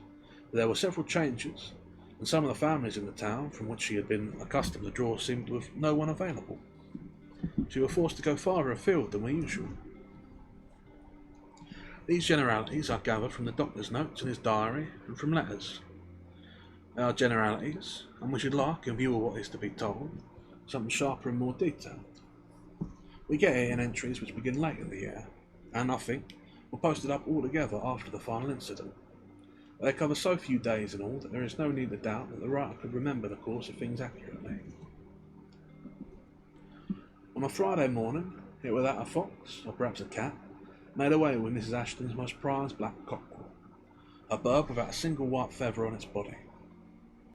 Her husband had told her often enough that it would make a suitable sacrifice to a Scolopus that had discomforted her much, and now she would hardly be consoled. The boys looked everywhere for traces of it. Lord Saul brought in a few feathers which seemed to have been partially burnt on the garden rubbish heap. It was on the same day that Dr. Ashton, looking out of an upper window, saw the two boys playing in the corner of the garden at a game he did not understand. Frank was looking earnestly at something in the palm of his hand. Saul stood behind him and seemed to be listening. After some minutes, he very gently laid his hand on Frank's head, and almost instantly thereupon Frank suddenly dropped whatever it were that he were holding, clapped his hands to his eyes, and sank down on the grass. Saul, whose face expressed great anger, hastily picked the object up, of which it could only be seen that it was glittering, put it in his pocket, and turned away, leaving Frank huddled up on the grass. Dr. Ashton rapped on the window to attract their attention, and Saul looked up as if in alarm, and then springing at Frank, pulled him up by the arm and led him away. When they come in at dinner, Saul explained that they had been acting a part in the tragedy of Radamistus, in which the heroine reads the future fate of her father's kingdom by means of a glass ball held in her hands, and is overcome by the terrible event she has seen. During this explanation, Frank said nothing, only looked rather bewilderedly at Saul. He must, Mrs. Ashton thought, have contracted a chill from the wet of the grass, for that evening he was certainly feverish and disordered, and the disorder were of the mind as well as the body, for he seemed to have something he wished to say to Mrs. Ashton, only a press of household affairs prevented her from paying attention to him. And when she went, according to her habit, to see that the light in the boys' chamber had been taken away, and to bid them good night, he seemed to be sleeping, though his face were unnaturally flushed to her thinking. Lord Saul, however, was pale and quiet, and smiling in slumber. Next morning it happened that Dr. Ashton were occupied in church and other business, unable to take the boys' lessons. He therefore set them tasks to be written and brought to him. 3 times, if not oftener, Frank knocked at the study door, and each time the doctor chanced to be engaged with some visitor and sent the boy off rather roughly, which he later regretted. 2 clergymen was at dinner this day, and both remarked, being fathers of families, that the lad seemed sickening for a fever, in which they were too near the truth, and it had been better if he had been put to bed forthwith. For a couple of hours later in the afternoon, he come running into the house, crying out in a way that was really terrifying, and rushing to Mrs. Ashton, clung about her, begging her to protect him and saying, keep them off, without intermission. And it was now evident that some sickness had taken strong hold of him. We therefore got to bed in another chamber from that in which he commonly lay, and the physician brought to him, who pronounced the disorder to be grave and afflicting the lad's brain, and prognosticated a fatal end to it if strict quiet were not observed, and those sedative remedies used which he should prescribe. We are now come by another way to the point we had reached before. The minister clock has been stopped from striking, and Lord Saul is on the threshold of the study. What account can you give of this poor lad's state? Was Dr. Ashton's first question. Why, sir, little more than you know already, I fancy. I must blame myself, though, for giving him a fright yesterday when we were acting that silly play you saw. I fear I made him take it more to heart than I meant. How so? Well, by telling him foolish tales I had picked up in Ireland, or what we call the second sight. Second sight? What kind of sight might that be? Why, you know, I reckon people pretend that some are able to foresee what is to come, sometimes in a glass or in the air, maybe. And at Kildonan we had an old woman that pretended to such power, and I dare say I coloured the matter more highly than I should. But I never dreamed Frank would take it so near as he did. You were wrong, my lord, very wrong in meddling with such superstitious matters at all, and you should have considered whose house you were in, and how little becoming such actions are to my character and person, or to your own. But pray, how came it that you, acting, as you say, a play, should fall upon anything that could so alarm Frank? That is what I can hardly tell, sir. He passed all in a moment from rant about battles and lovers, and Cleodora, and Antigenes, to something I could not follow at all, and then dropped down as you saw. Yes. Was that the moment when you laid your hand on the top of his head? Lord Saul gave a quick look at the questioner, quick and sparkful, and for the first time seemed unready with an answer. About that time it may have been, he said. I have tried to recollect myself, but I am not sure. There was at any rate no significance in what I did then. Ah, said Dr. Ashton. Well, my lord, I should do wrong were I not to tell you that this fright of my poor nephew may have very ill consequences to him. The doctor speaks very despondingly of his state. Lord Saul pressed his hands together and looked earnestly upon Dr. Ashton. I am willing to believe you had no bad intentions, as assuredly you could not have no reason to bear the boy malice, but I cannot wholly free you from the blame in the affair. As he spoke, the hurrying steps was heard again, and Mrs. Ashton came quickly into the room, carrying a candle for the evening that had by this time closed in. She was greatly agitated. Oh, come, she cried. Come directly. I'm sure he is going. Going? Frank? Is it possible? Already? With some such incoherent words, the doctor caught up a book of prayers from the table and ran out after his wife. Lord Saul stopped for a moment where he was. Molly, the maid, saw him bend over and put both hands on his face. If it were the last words she had to speak, she said afterwards, he was striving to keep back a fit of laughter. Then he went out softly, following the others. Mrs. Ashton was sadly right in her forecast. I have no inclination to imagine the last scene in detail. What Dr. Ashton records is, or may be taken to be important to the story. They asked Frank if he would like to see his companion Lord Saul once again. The boy was quite collected, it appears, in these moments. No, he said, I do not want to see him. And you should tell him I am afraid he would be very cold. What do you mean, my dear? Said Mrs. Ashton. Only that, said Frank. But say to him besides that I am free of them now, that he should take care.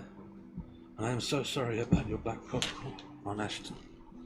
But he said we must use it so if we were to see all that could be seen. Not many minutes after, he were gone. Both the Ashtons were grieved. She naturally most. But the doctor, though not an emotional man, got the pathos of the early death. And besides, there was the growing suspicion that all had not been told him by Saul, and there was something there which were out of his beaten track. When he left the chamber of death, it was to walk across the quadrangle of the residence to the sexton's house. A passing bell, the greatest of the minster bells, must be rung. A grave must be dug in the minster yard, and there were now no need to silence the chiming of the minster clock. As he come slowly back in the dark, he thought he must see Lord Saul again. The matter of the block cockerel, trifling as it might seem, would have to be cleared up. It might be merely a fancy of the sick boy, but if not, were there not a witch trial he had read in which some grim little rite of sacrifice had played part? Yes, he must see Saul. And I pause it to take a drink.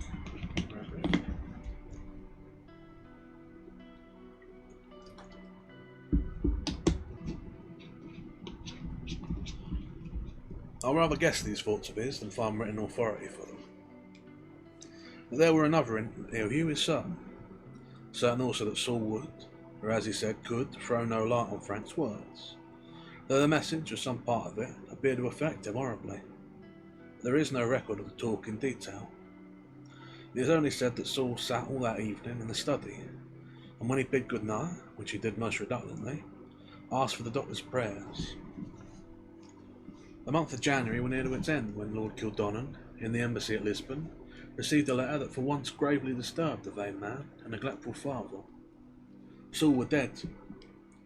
The scene at Frank's burial had been very distressing. The day were awful in blackness and wind. The bearers staggering blindly along under the flapping black pall found it an hard job when they emerged from the porch of the minister and made their way to the grave. Mrs. Ashton were in her room, when we did not then go to their kinsfolk's funeral. But Saul were there, draped in the mourning cloak of the time, and his face was white and fixed as that of one dead, except when, as we noticed 3 or 4 times, he suddenly turned his head to the left and looked over his shoulder, but then alive with a terrible expression of listening fear. No one saw him go away, and no one could find him that evening. All night the gale buffeted the R windows of the church, and howled over the uplands, and roared through the woodland. It were useless to search in the open. No voice of shout nor cry for help could possibly be heard. All that Dr. Ashton could do was to warn the people about the college and the town constables, and to sit up on the alert for any news, and this he did. News come early the next morning, brought by the sexton, whose business it were to open the church for early prayers at 7, and he sent the maid rushing upstairs with wild eyes and flying hair to summon her master. The 2 men dashed across the south door of the minster, there to find Lord Saul clinging desperately to the great ring of the door, his head sunk between his shoulders, his stockings in rags, his shoes gone, his legs torn and bloody. This war had to be told to Lord Kildonan, and this really ends the first part of the story. The tomb of Frank Sardal and of the Lord Viscount Saul, only child and heir to William Earl of Kildonan, is one. A stone altar tomb in Whitminster churchyard. Dr. Ashton lived on for over 30 years in his prebendal house. I do not know how quietly, but without visible disturbance. His successor preferred the house he already owned in the town, and left that of the senior prebendary vacant. Between them, these 2 men saw the 18th century out, and the 19th in, and Mr. Indes, the successor of Ashton, became prebendary at 9 and 20 and died at 9 and 80. So that it were not till 1823 or 1824 that anyone succeeded to the post who intended to make the house his own. The man who did so was Dr. Henry Aldis, whose name may be known to some of my readers as that of the author of a row of volumes labelled Aldis Works, which occupy a place that must be honoured, since it is so rarely touched upon the shelves of many a substantial library. Dr. Aldis, his niece, and his servants took some months to transfer furniture and books from his Dorsetshire parsonage to the quadrangle of Whitminster, to get everything into place. But eventually the work was done, and the house, which though untenanted had always been kept sound and weathertight, woke up. Like Monte Cristo's mansion at Auteuil, lived, sang and bloomed once more. On a certain morning in June it looked especially fair, as Dr. Aldous strolled in his garden before breakfast, and gazed over the red roof of the Minster Tower with its 4 gold vanes, backed by a very blue sky and very white-looking clouds. "Mary," he said as he seated himself at the breakfast table, and laid down something hard and shiny on the cloth. "Here's a find which the boy made just now. You'll be sharper than I, as you can guess what it's meant for." It were a round and perfectly smooth tablet, as much as an inch thick, what seemed clear glass. "It is rather attractive, at all events," said Mary. She were a fair woman, with light hair and large eyes, rather a devotee of literature. "Yes," said her uncle. "I thought you'd be pleased with it. I presume it came from the house. It turned up in the rubbish heap at the corner." "I'm not sure that I do like it after all," said Mary some minutes later. "Why in the world not, my dear?" "I don't know, I'm not sure. Perhaps it's only fancy." "Yes, only fancy and romance, of course. What's that book now? The name of that book, I mean, that you had your head in all yesterday?" "The Talisman, uncle." "Oh, if this should turn out to be a talisman, how enchanting it would be." "Yes, the Talisman. Ah, well, you're welcome to it, whatever it is. I must be off about my business. Is all well in the house? Does it suit you? Any complaints from the servants' hall?" "No, indeed, nothing could be more charming. The only soupçon of complaint besides the lock of the linen closet, which I told you of, is that Mrs. Maple says she cannot get rid of the sawflies out of that room you passed through at the other end of the hall. By the way, are you sure you like your bedroom? It is a long way off from anybody else, you know." "Like it? To be sure I do. The farther off from you, my dear, the better. There, don't think it necessary to beat me. Accept my apologies. But what are sawflies? Will they eat my coats? If not, they may have the room to themselves, for what I care. You're not likely to be using it." "No, of course not." "Well, what she calls sawflies are those reddish things, like a daddy longlegs, but smaller." There is a footnote here. Apparently the ichneumon fly, Orpheum obscurum, and not the true sawfly is meant. "Like a daddy longlegs, but smaller, and there are a great many of them perching about the room, certainly. I don't like them, but I don't fancy they are mischievous." "There seem to be several things you don't like this fine morning," said her uncle as he closed the door. Miss Aldis remained in her chair, looking at the tablet, which he rolled in the palm of her hand. The smile that had been on her face faded slowly from it, and gave place to an expression of curiosity and almost strained attention. Her reverie was broken by the entrance of Mrs. Maple, and her invariable opening. "Ah, miss, can I speak to you for a minute?" A letter from Miss Aldis to a friend in Lichfield, begun a day or two before, is the next source for this story. It is not devoid of traces of the influence of that leader of female thought in her day, Miss Anna Seward, known as some as the Swan of Lichfield.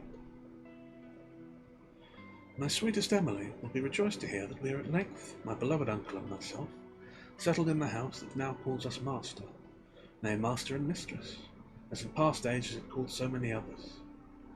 Here we taste a mingling of modern elegance and hoary antiquity, such as has never ere now graced life for either of us. The town, small as it is, affords us some reflection, pale indeed, but veritable, of the sweets of polite intercourse. The adjacent country numbers amid the occupants of its scattered mansions some whose polish is annually refreshed by contact with metropolitan splendour, and others whose robust and homely gentility is at times, and by way of contrast, not less cheering and acceptable. Tired of the parlours and drawing-rooms of our friends, we have ready to hand a refuge from the clash of wits, of the small talk of the day, amid solemn duties of our venerable minister, whose silver chimes daily knoll us to prayer, and in the shady walks of whose tranquil graveyard we muse with softened hearts, and ever and anon with moistened eye, upon the memorials of the young, the beautiful, the aged, the wise, and the good." Here there is an abrupt break both in the right and in the style. "But my dearest Emily, I can no longer write with the care with which you deserve, and in which we both take pleasure. What I have to tell you is wholly foreign to what has gone before. This morning my uncle brought in to breakfast an object which has been found in the garden. It was a glass or crystal tablet of this shape, a little sketch is given, which he handed to me, and which after he left the room remained on the table by me. I gazed at it, I know not why, for some minutes, till called away by the day's duties, and you will smile incredulously when I say that I seemed myself to begin to descry, reflected in it, objects and scenes which were not in the room where I was. You will not, however, think it strange that after such an experience I took the first opportunity to seclude myself in my room, with what I now half believe to be a talisman of Michaelmight. I was not disappointed, I assure you, Emily, by that memory which is dearest to both of us. That which I went through this afternoon transcends the limits of what I had before deemed credible. In brief, what I saw, seated in my bedroom in the broad daylight of a summer, and looking into the crystal depth of that small round tablet, was this. First, a prospect, strange to me, of an enclosure of rough and hillocky grass, with a grey stone ruin in the midst, and a wall of rough stones about it. In this stood an old and very ugly woman, in a red cloak and ragged skirt, talking to a boy dressed in the fashion of maybe 100 years ago. She put something which glittered into his hand, and he something into hers, which I saw to be money, for a single coin fell from her trembling hand into the grass. The scene passed. I should have remarked, by the way, that the rough walls of the enclosure I could distinguish bones, and even a skull lying in disorderly fashion. Next, I was looking upon two boys, one the figure of the former vision, the other younger. They were in a plot of garden, walled round, and this garden, in spite of the differences in arrangement and the small size of the trees, I could clearly recognise as being that upon which I now looked from my window. The boys were engaged in some curious play, it seemed. Something was smouldering on the ground. The elder placed his hands upon it, then raised them in what I took to be an attitude of prayer, and I saw, and started at seeing, that on them were deep stains of blood. The sky above was overcast. The same boy now turned his face towards the wall of the garden, and beckoned with both his raised hands. As he did so, I was conscious that some moving objects were becoming visible over top of this wall. Whether heads or other parts of some animal or human forms, I could not tell. Upon the instant the elder boy turned sharply, seized the arm of the younger, who all this time had been poring over what lay on the ground, and both hurried off. I then saw blood upon the grass, a little pile of bricks, and what I thought were black feathers scattered about. That scene closed, and the next was so dark that perhaps the full meaning of it escaped me. What I seemed to see was a form, at first crouching low among trees or bushes that were being threshed by a violent wind, then running very swiftly and constantly turning a pale face to look behind him, as if he feared a pursuer. And indeed pursuers were following hard after him. Their shapes were but dimly seen, their number, 3 or 4 perhaps, only guessed.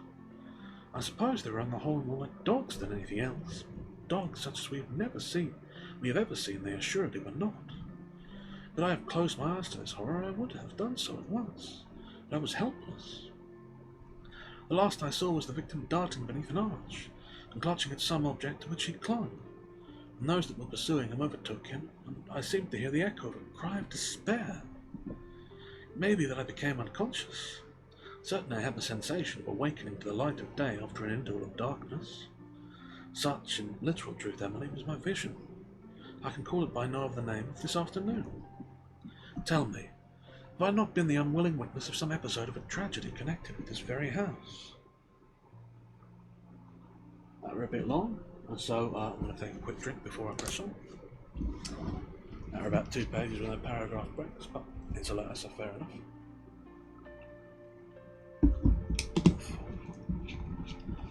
The letter is continued next day. The tale of yesterday was not completed when I laid down my pen. I said nothing of my experiences to my uncle.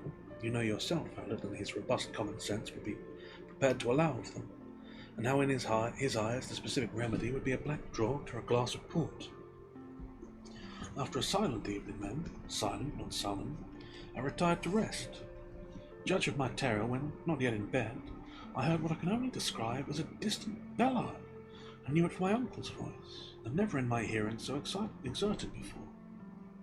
His sleeping room is at the farther extremity of this large house, and to gain access to it one must traverse an antique-hall some 80 feet long, a lofty panelled chamber, and 2 unoccupied bedrooms. In the second of these, a room almost devoid of furniture, I found him, in the dark, his candle lying smashed on the floor. As I ran in, bearing a light, he clasped me in arms that trembled for the first time since I have known him, thanked God, and hurried me out of the room. He would say nothing of what had alarmed him. Tomorrow was all I could get from him. A bed was hastily improvised for him in the room next to my own. I doubt if his night was more restful than mine. I could only get to sleep in the small hours when daylight was already strong. And then my dreams were the grimmest, particularly one that stamped itself in my brain, which I must set down on the chance of dispersing impression it has made. It was that I came up to my room with a heavy foreboding of evil oppressing me, and went with a hesitation and reluctance I could not explain to my chest of drawers. I opened the top drawer, in which was nothing but ribbons and handkerchiefs, and then the second, where was little to alarm, and then, oh heavens, the third and last. And there was a mass of linen neatly folded, upon which, as I looked with a curiosity that began to be tinged with horror, I perceived a movement in it, and a pink hand was thrust out of the folds, and began to grope feebly in the air. I could bear it no more, and rushed from the room, clapping the door after me, and strove with all my force to lock it. But the key would not turn in the walls, and from within the room came the sound of rustling and bumping, drawing nearer and nearer to the door. Why I did not flee down the stairs, I know not. I continued grasping the handle, and mercifully, as the door was plucked from my hand with an irresistible force, I awoke. You may not think this very alarming, but I assure you it was so to me. At breakfast today my uncle was very uncommunicative, and I think ashamed of the fright he had given us. But afterwards he inquired of me whether Mr. Spearman was still in town, adding that he thought that was a young man who had some sense left in his head. I think you know, my dear Emily, that I am not inclined to disagree with him there, and also that I was not unlikely to be able to answer his question. To Mr. Spearman he accordingly went, and I have not seen him since. I must send this strange budget of news to you now, or it may have to wait over more than one point. The reader will not be far out if he guesses that Miss Mary and Mr. Spearman made a match of it not very long after this month of June. Mr. Spearman were a young spark, who had a good property in the neighbourhood of Whitminster. Not unfrequently about this time spent a few days at the King's Head, ostensibly on business. But he must have had some leisure, for his diary is copious, especially for the days of which I am telling this story. It is probable to me that he wrote this episode as fully as he could at the bidding of Miss Mary.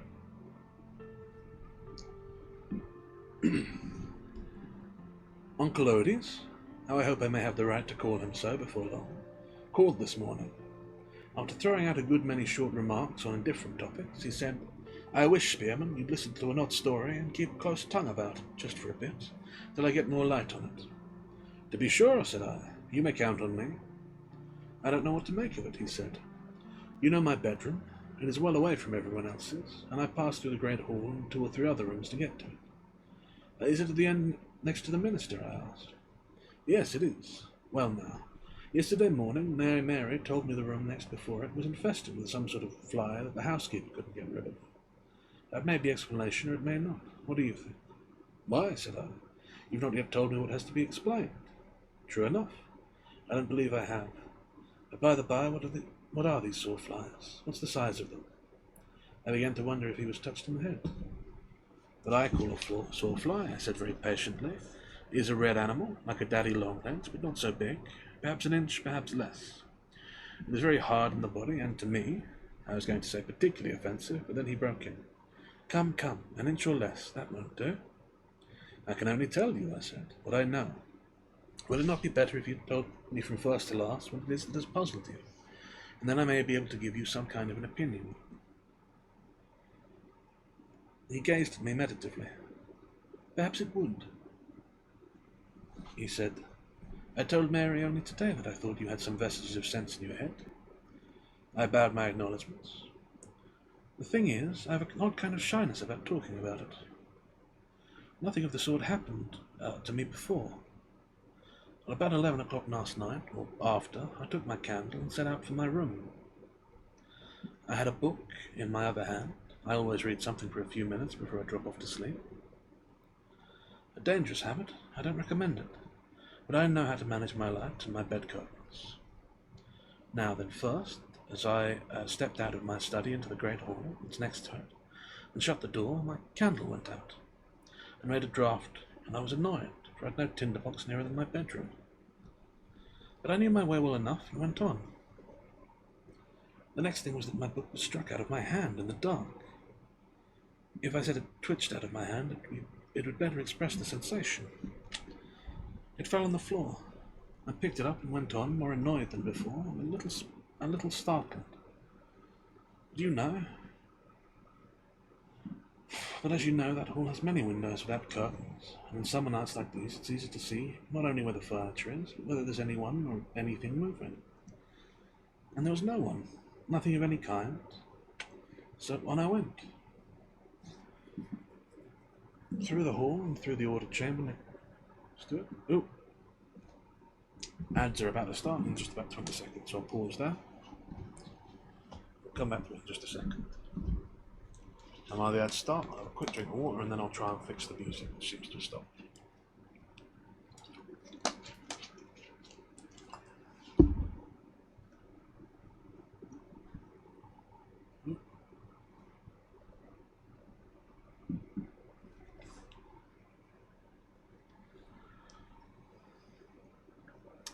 Okay, and the ads have started.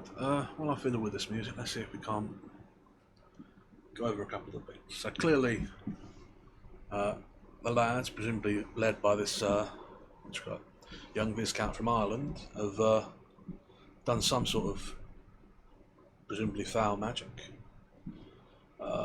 Something to do with foresight, presumably this glass tablet, and made sacrifice of this black rooster, which I'm sure is an animal important, but yeah. And have, in their action, attracted something or caught the attention of something, perhaps?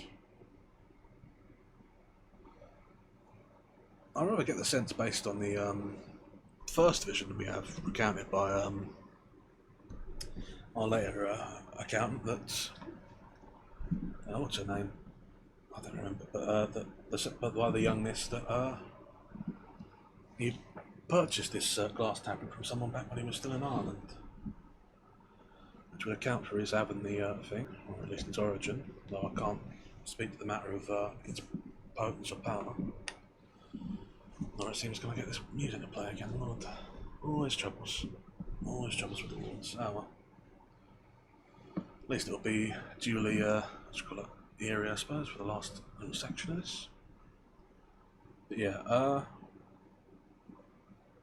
what else is there to say? Obviously, this the death of the young lad, the nephew, is related in some way to this terrible tragedy. And shortly after followed the other lad, perhaps in doing the thing, tried to prevent his fate, though presumably he failed in that attempt. Yeah. Anyone else to speak to? If there is, I can't think of it. Yeah, we're only 40 seconds left of the ads, so yeah. I really do like the M.R. Jameses. They're good ghost stories. Creepy. I also like his little use of of objects, and little cursed trinkets. It feels quite familiar to me, given my particular acquaintance with various cursed items. I seem on the milder side of the sort of stuff that might be in the library, but most of them do seem true enough to laugh, at least to my mind. I can't gainsay any of his proposed ones. Oh, the one of music does really come across, doesn't it? Ugh. Especially in sort of moments like this. But yeah, well, the ad should be back, or should be done by now. Hopefully the music will come back on. I've set it to try and do it, but as I say, the laptop I'm working from is very, well, the instruments I'm working through is very old and very rough. So, right then, back to things. But as you know, the hall has many windows without curtains, and in summer nights like these, it's easy to see not only where the furniture is, but whether there's anyone or anything moving. And there was no one, nothing of the kind. So on I went through the hall and through the ordered chamber next to it, which also has big windows. and then into the bedrooms, which lead to my own, where the curtains were drawn, and I had to go slower because of the steps here and there. It was in the second of these two rooms that I nearly got my quietus. The moment I opened the door of it, I felt there was something wrong. I thought twice, I confess, whether I shouldn't turn back and find another way there, as to my room, rather than go through that one. Then I was ashamed of myself and thought what people call better of it, though I don't know about better in this case. It was to describe my experience exactly, I should say this. There was a dry, light rustling sound all over the room as I went in, and then, you remember it was perfectly dark, and something seemed to rush at me, and there was, I don't know how to put it, a sensation of long, thin arms or legs or feelers all about my face and neck and body. Very little strength in them there seemed to be. Spearman, I don't think I was ever more horrified or disgusted in all my life than I remember. It does take something to put me out. I roared as loud as I could, and flung away my candle at random, and knowing I was near the door, or the window, I tore at the curtain and somehow let in enough light to be able to see something waving, which I knew was an insect's leg by the shape of it. But Lord, what a size! Why, the beast must have been as tall as I am. And now you tell me sawflies are an inch long or less. What do you make of it, Spearman? For goodness sake, finish your story first, I said. I never heard anything like it. Oh, said he, there's no more to tell. Mary ran in with a light, and there was nothing more. I didn't tell her what was the matter. I changed my room for last night, and I expect for good. Have you searched this odd room of yours? I said. What do you keep in it? We don't use it, he answered. There's an old press there and some little other furniture. And in the press? Said I. I don't know. I never saw it open, but I do know that it's locked. Well, I should have it looked into, and if you had time, I own to having some curiosity to see the place myself. I didn't exactly like to ask you, but that's rather what I hoped you'd say. Name your time and I'll take you there. No time like the present, I said at once, for I saw he would never settle down to anything while this affair was in suspense. He got up with a great alacrity and looked at me, I am tempted to think, with marked approval. Come along, was all he said, however, and was pretty silent all the way to his house. My Mary, as he calls her in public and I in private, was summoned, and we proceeded to the rooms. The doctor had gone so far as to tell her that he had something of a fright there last night, of what nature he had not yet divulged, but now he pointed out and described, very briefly, the incidents of his progress. When we were near the important spot, he pulled up and allowed me to pass on. That's the room there, he said. Go in, Spearman, and tell us what you find. Whatever I might have felt at midnight, noonday I was sure would keep back anything sinister, and I flung the door open with an air and stepped in. It was a well-lighted room with a large window on the right, though not, I thought, a very airy one. The principal piece of furniture was the gaunt old press of dark wood. There was 2 or 4 posed bedstead, a mere skeleton which could hide nothing, and there was a chest of drawers. On the window-sill and the floor near it were the dead bodies of many hundred sawflies, and one torpid one which I had some satisfaction in killing. I tried the doors of the press, but could not open it. The drawers, too, were locked. Somewhere I was conscious there was a faint rustling sound, but I could not locate it, and when I made my report to those outside, I said nothing of it. But I said clearly the next thing was to see what was in the locked receptacles. Uncle Oldest returned to Mary. Miss Maple, he said, and Mary ran off, no one, I am sure, steps like her, and soon came back at a soberer pace with an elegant lady of discreet aspect. Have you seen the keys of these things, Miss Maple? Said Uncle Oldest. His simple words let loose a torrent, not violent but copious, of speech. Had she been a shade or 2 higher in the social scale, Miss Maple might have stood as the model for Miss Bates. Oh, Doctor, and Miss, and you too, sir, she said, acknowledging my presence with a bend. Them keys. Who was that again that come when we first took over things in this house? A gentleman in business it was, and I gave him his luncheon in the small parlour on account of us not having everything as we should like to see it in the large one. A chicken and apple pie, and a glass of Madeira. Dear, dear, you'll say I'm running on, Miss Mary, but I only mention it to bring back my recollection. And there it comes, gardener just the same as it did last week, with the artichokes and the text of the sermon. Now that Mr. Gardner, every key I got from him were labelled to itself, and each and every one were a key of some door or another in this house, and sometimes two. And when I say door, I mean this door of a room, not just as the press, as this.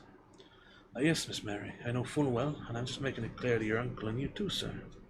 Now there was a box, which this same gentleman he gave over to my charge, and thinking no harm after he were gone, I took the liberty, knowing it your uncle's property, to rattle it. And I'm most surprisingly deceived in the box there were keys. What the keys of that doctor is known elsewhere, for open the box, no, that I would not do. I wondered that Uncle Aldous remained as quiet as he did under the address. Mary, I knew, was amused by it, and he probably had been told by experience that it was useless to break upon it, and then break upon it. Yeah. Oh, is the music back? Maybe. At any rate, he did not, but merely said at the end, "Have you that box handy, Miss Maple? If so, then might you bring it in here?" Miss Maple pointed her finger at him, either in accusation or in gloomy triumph. "There," she said. "Was I to choose out the very words out of your mouth?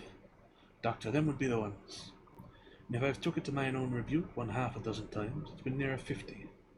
Laid awake I have in my bed, sat down at my chair like I have the same you and Miss Mary gave me the day I was 20 year in your service. And no person could desire it better. Yes, Miss Mary, but it is the truth. And well we know who it is would have it different if he could." "All very well," says I to myself. "But pray, when Doctor calls you to account for that box, what are you going to say?" "No, Doctor, if you were some masters I've heard..." Sorry, I've messed up there. The music's half back on, half not, which is really distracting. Pressure. "All very well," says I to myself. "But pray, when the doctor calls you to account for that box, what are you going to say?" "No, Doctor, if you were some masters I've heard of, and they were some servants I could name, I should have an easy task before me. Things being, humbly speaking, what they are, the one course open to me is to just say that without Miss Mary comes to my room and helps me to my recollection, which her wits may manage, what slipped beyond mine, no such a box as that, small though it be, will cross your eyes this many a days to come." "My dear Miss Maple, why didn't you come and tell me before that you wanted my help to find it?" said my Mary. "Now never mind telling me why it was. Let us come and once look for it." They hastened off together. I could hear Miss Maple beginning an explanation which I doubt not lasted into the farthest recesses of the housekeeper's department. Uncle Aldous and I were left alone. "A valuable servant," he said, nodding. "Oh, thank you kindly, Abbey. You're probably right, I should be hydrating. I am a little the worse for being back." "Your health."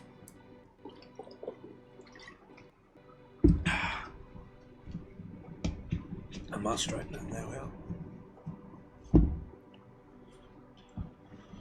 "A valuable servant," he said, nodding towards the door. "Nothing goes wrong under her. The speeches are seldom over 3 minutes." How will Miss Aldous manage to make her remember about the box?" I asked. "Mary? Oh, she'll make her sit down and ask her about her aunt's last illness, or who gave her the china dog on the mantelpiece. Something quite off the point. Then, as Maple says, one thing brings up another, and the right one will come around sooner than you could suppose. There, I believe I hear them coming back already." It was indeed so, and Mrs. Maple was hurrying on ahead of Mary with the box in her outstretched hand and a beaming face. "What was it?" she cried as she drew near. "What was it as I said before e'er I come out of Dorchester to this place? Not that I'm a Dorset woman myself, nor had need to be. Safe bind, safe find. And there it was in the place where I'd put it. What? 2 months back, I dare say."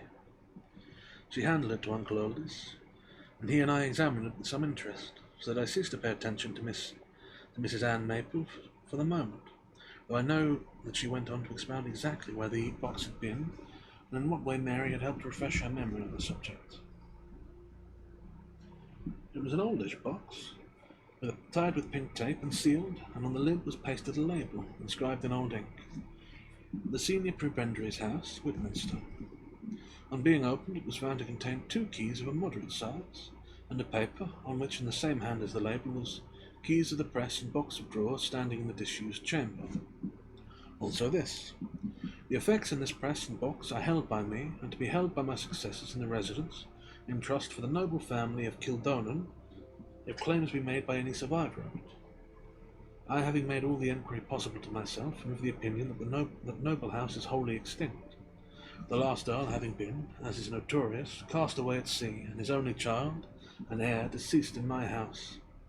The papers as which the melancholy casualty were by me reposed in the same press in this year of our Lord, 1753, 21st March. I am further of opinion that unless grave discomfort arise, such persons, not being of the family of Kildonan, that should become possessed of these keys, will be well advised to leave matters as they are, which opinion I do not express without weighty and sufficient reason, and am happy to have my judgment confirmed by the other members of this college and church, who are conversant with the events referred to in this paper. Tho Ashton, STP, Brab Sinner, Will Blake, STP, Decanus, N. Goodman, STB, Brab Juno. Ah, said Uncle Aldous, grave discomfort. So you thought there might be something? I suspected it was that young man, he went on, pointing with the key to the line about the only child and heir. Eh, Mary, the Viscount of Sunderland was Saul. How do you know that, Uncle? Said Mary. Oh, why not? That's all in Debrett, 2 little fat books. But I meant the tomb by the lime walk. He's there. What's the story, I wonder? Do you know it, Mrs. Maple? And by the way, look at your sawflies by the window there. Mrs. Maple, thus confronted with 2 subjects at once, was a little put to it to do justice to both. It was no doubt rash of Uncle Aldous to give her the opportunity. I could only guess that he had some slight hesitation about using the key he held in his hand. Oh, them flies, how bad they was, Doctor, and miss, these 3-4 days. And you too, sir, you wouldn't guess none of you. And how they come too. First we took the room in hand, and the shutters was up, and I had been, I dare say, years upon years, and not a fly to be seen. And then we got the shutter bars down with a deal of trouble, and left it so for the day. And the next day I sent Susan in with a broom and the sweep about, and not 2 minutes hadn't passed when out she come into the hall like a blind thing, and we had regular to beat her the muffler. By her cap and her hair you couldn't see the colour of it, I do assure you, and all clustering round her eyes too. Fortunate enough she's not a girl with fancies, else if it had been me, why only the tickling of the nasty things would have drove me out of my wits. And now that they lay like so many dead things, well, it was lively enough on the Monday. And now it's Thursday, is it? No, Friday. Only they come near the door and you'd hear them pattering up against it. Once you opened it, dash at you they would, as if they'd eat you. I couldn't help thinking to myself, if you was bats, where should we be this night?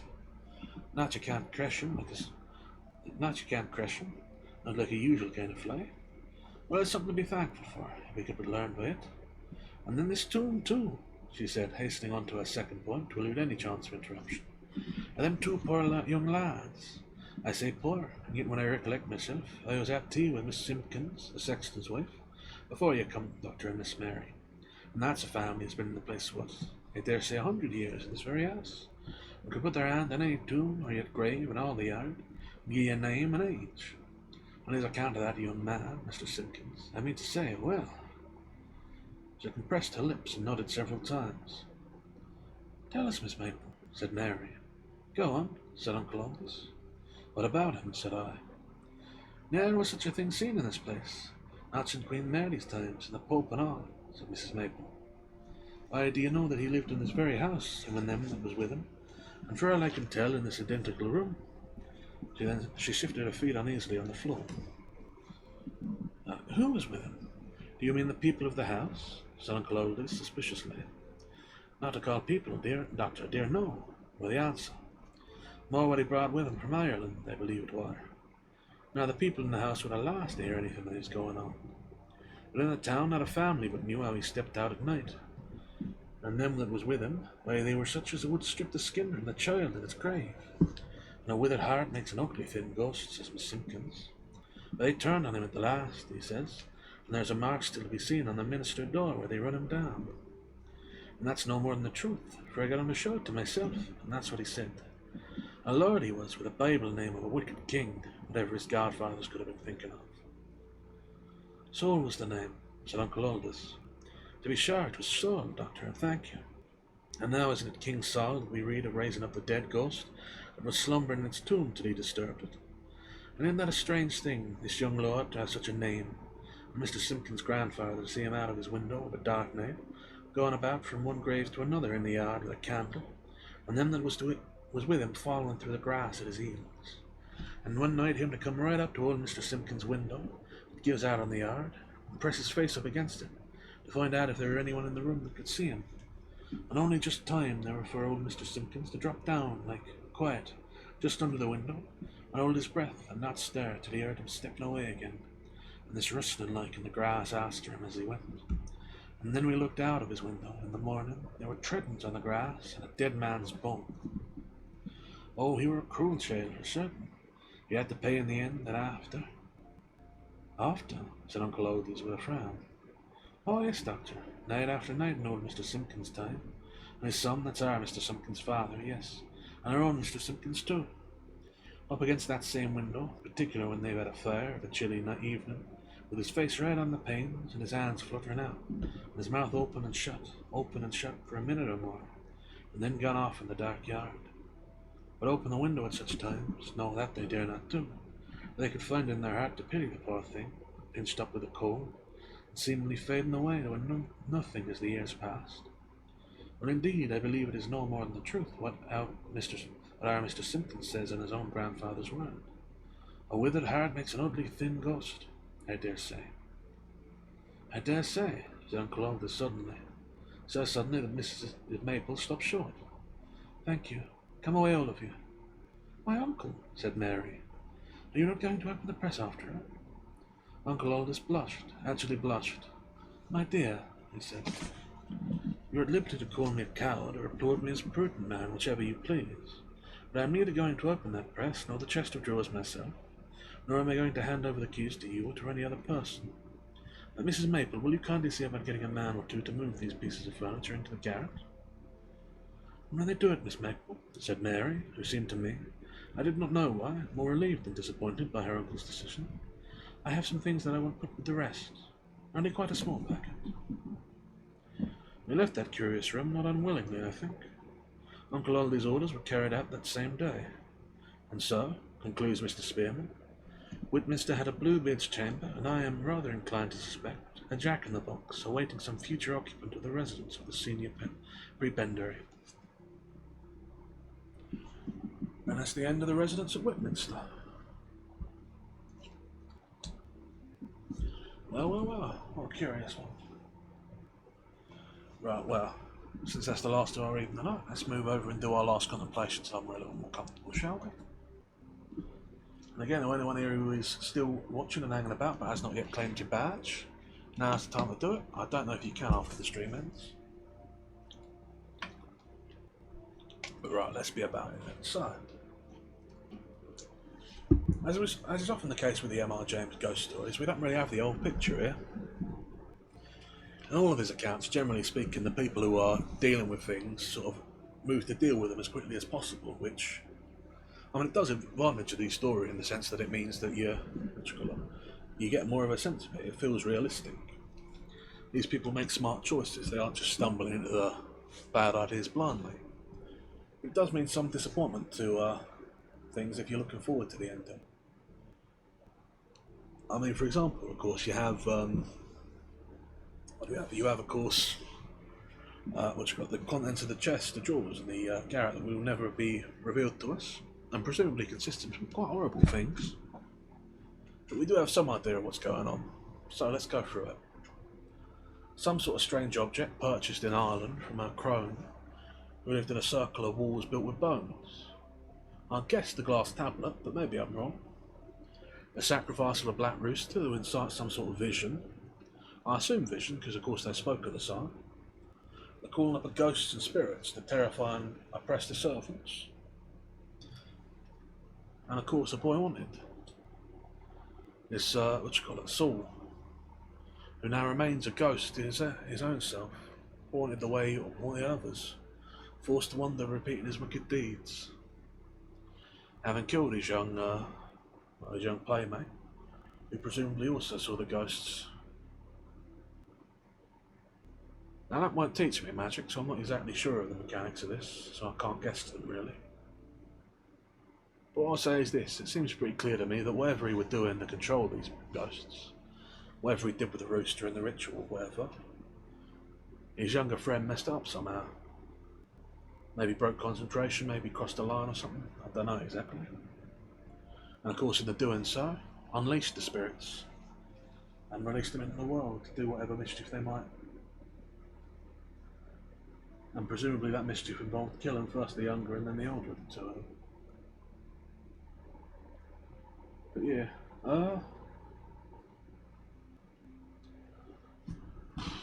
I'm trying to think what else there is to say really.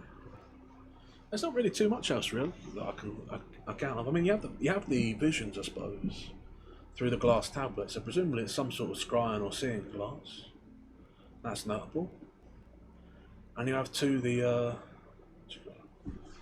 giant insect, which I think is the most peculiar thing of them all, because there's no real other accounting for it in the story. I wonder if maybe it's not just an artistic description of an emaciated corpse, or a thin seeming one. The legs of an insect might be very much like the stick and bone of a desiccated corpse. And a cruel art makes a thin ghost. That's an interesting line. That probably has something to it. But yeah, other than that, I don't think I've got much else to say on the matter. That's about the long and short of it. Yeah. That being said, thank you everyone who's come by to watch. I do appreciate it. Thank you to Discipline for the raid, and to the presumably unknown follower who pushed us over the goal. I very much appreciate it. Thanks to all of you for coming by. I do genuinely appreciate it. We're going to raid out into Skitters the Moth, it's live. Just since we have some people around. Always good to take advantage. But yeah. Other than that, I do wish you all very much the best. Otherwise, I appreciate your having stopped by and listened and stayed for as long as you have, even if you've just been lurking. I genuinely appreciate it. It is a great kindness you do in stopping by, and I hope you've enjoyed your time here. Now, I don't have much else to say on the matter. The music seems to have died again, but yeah. So without any further ado, I bid you all a very pleasant evening or afternoon or what time it is in the rest of your day. I hope you have a lovely one. I thank you all for stopping by, and as always, ta-ra.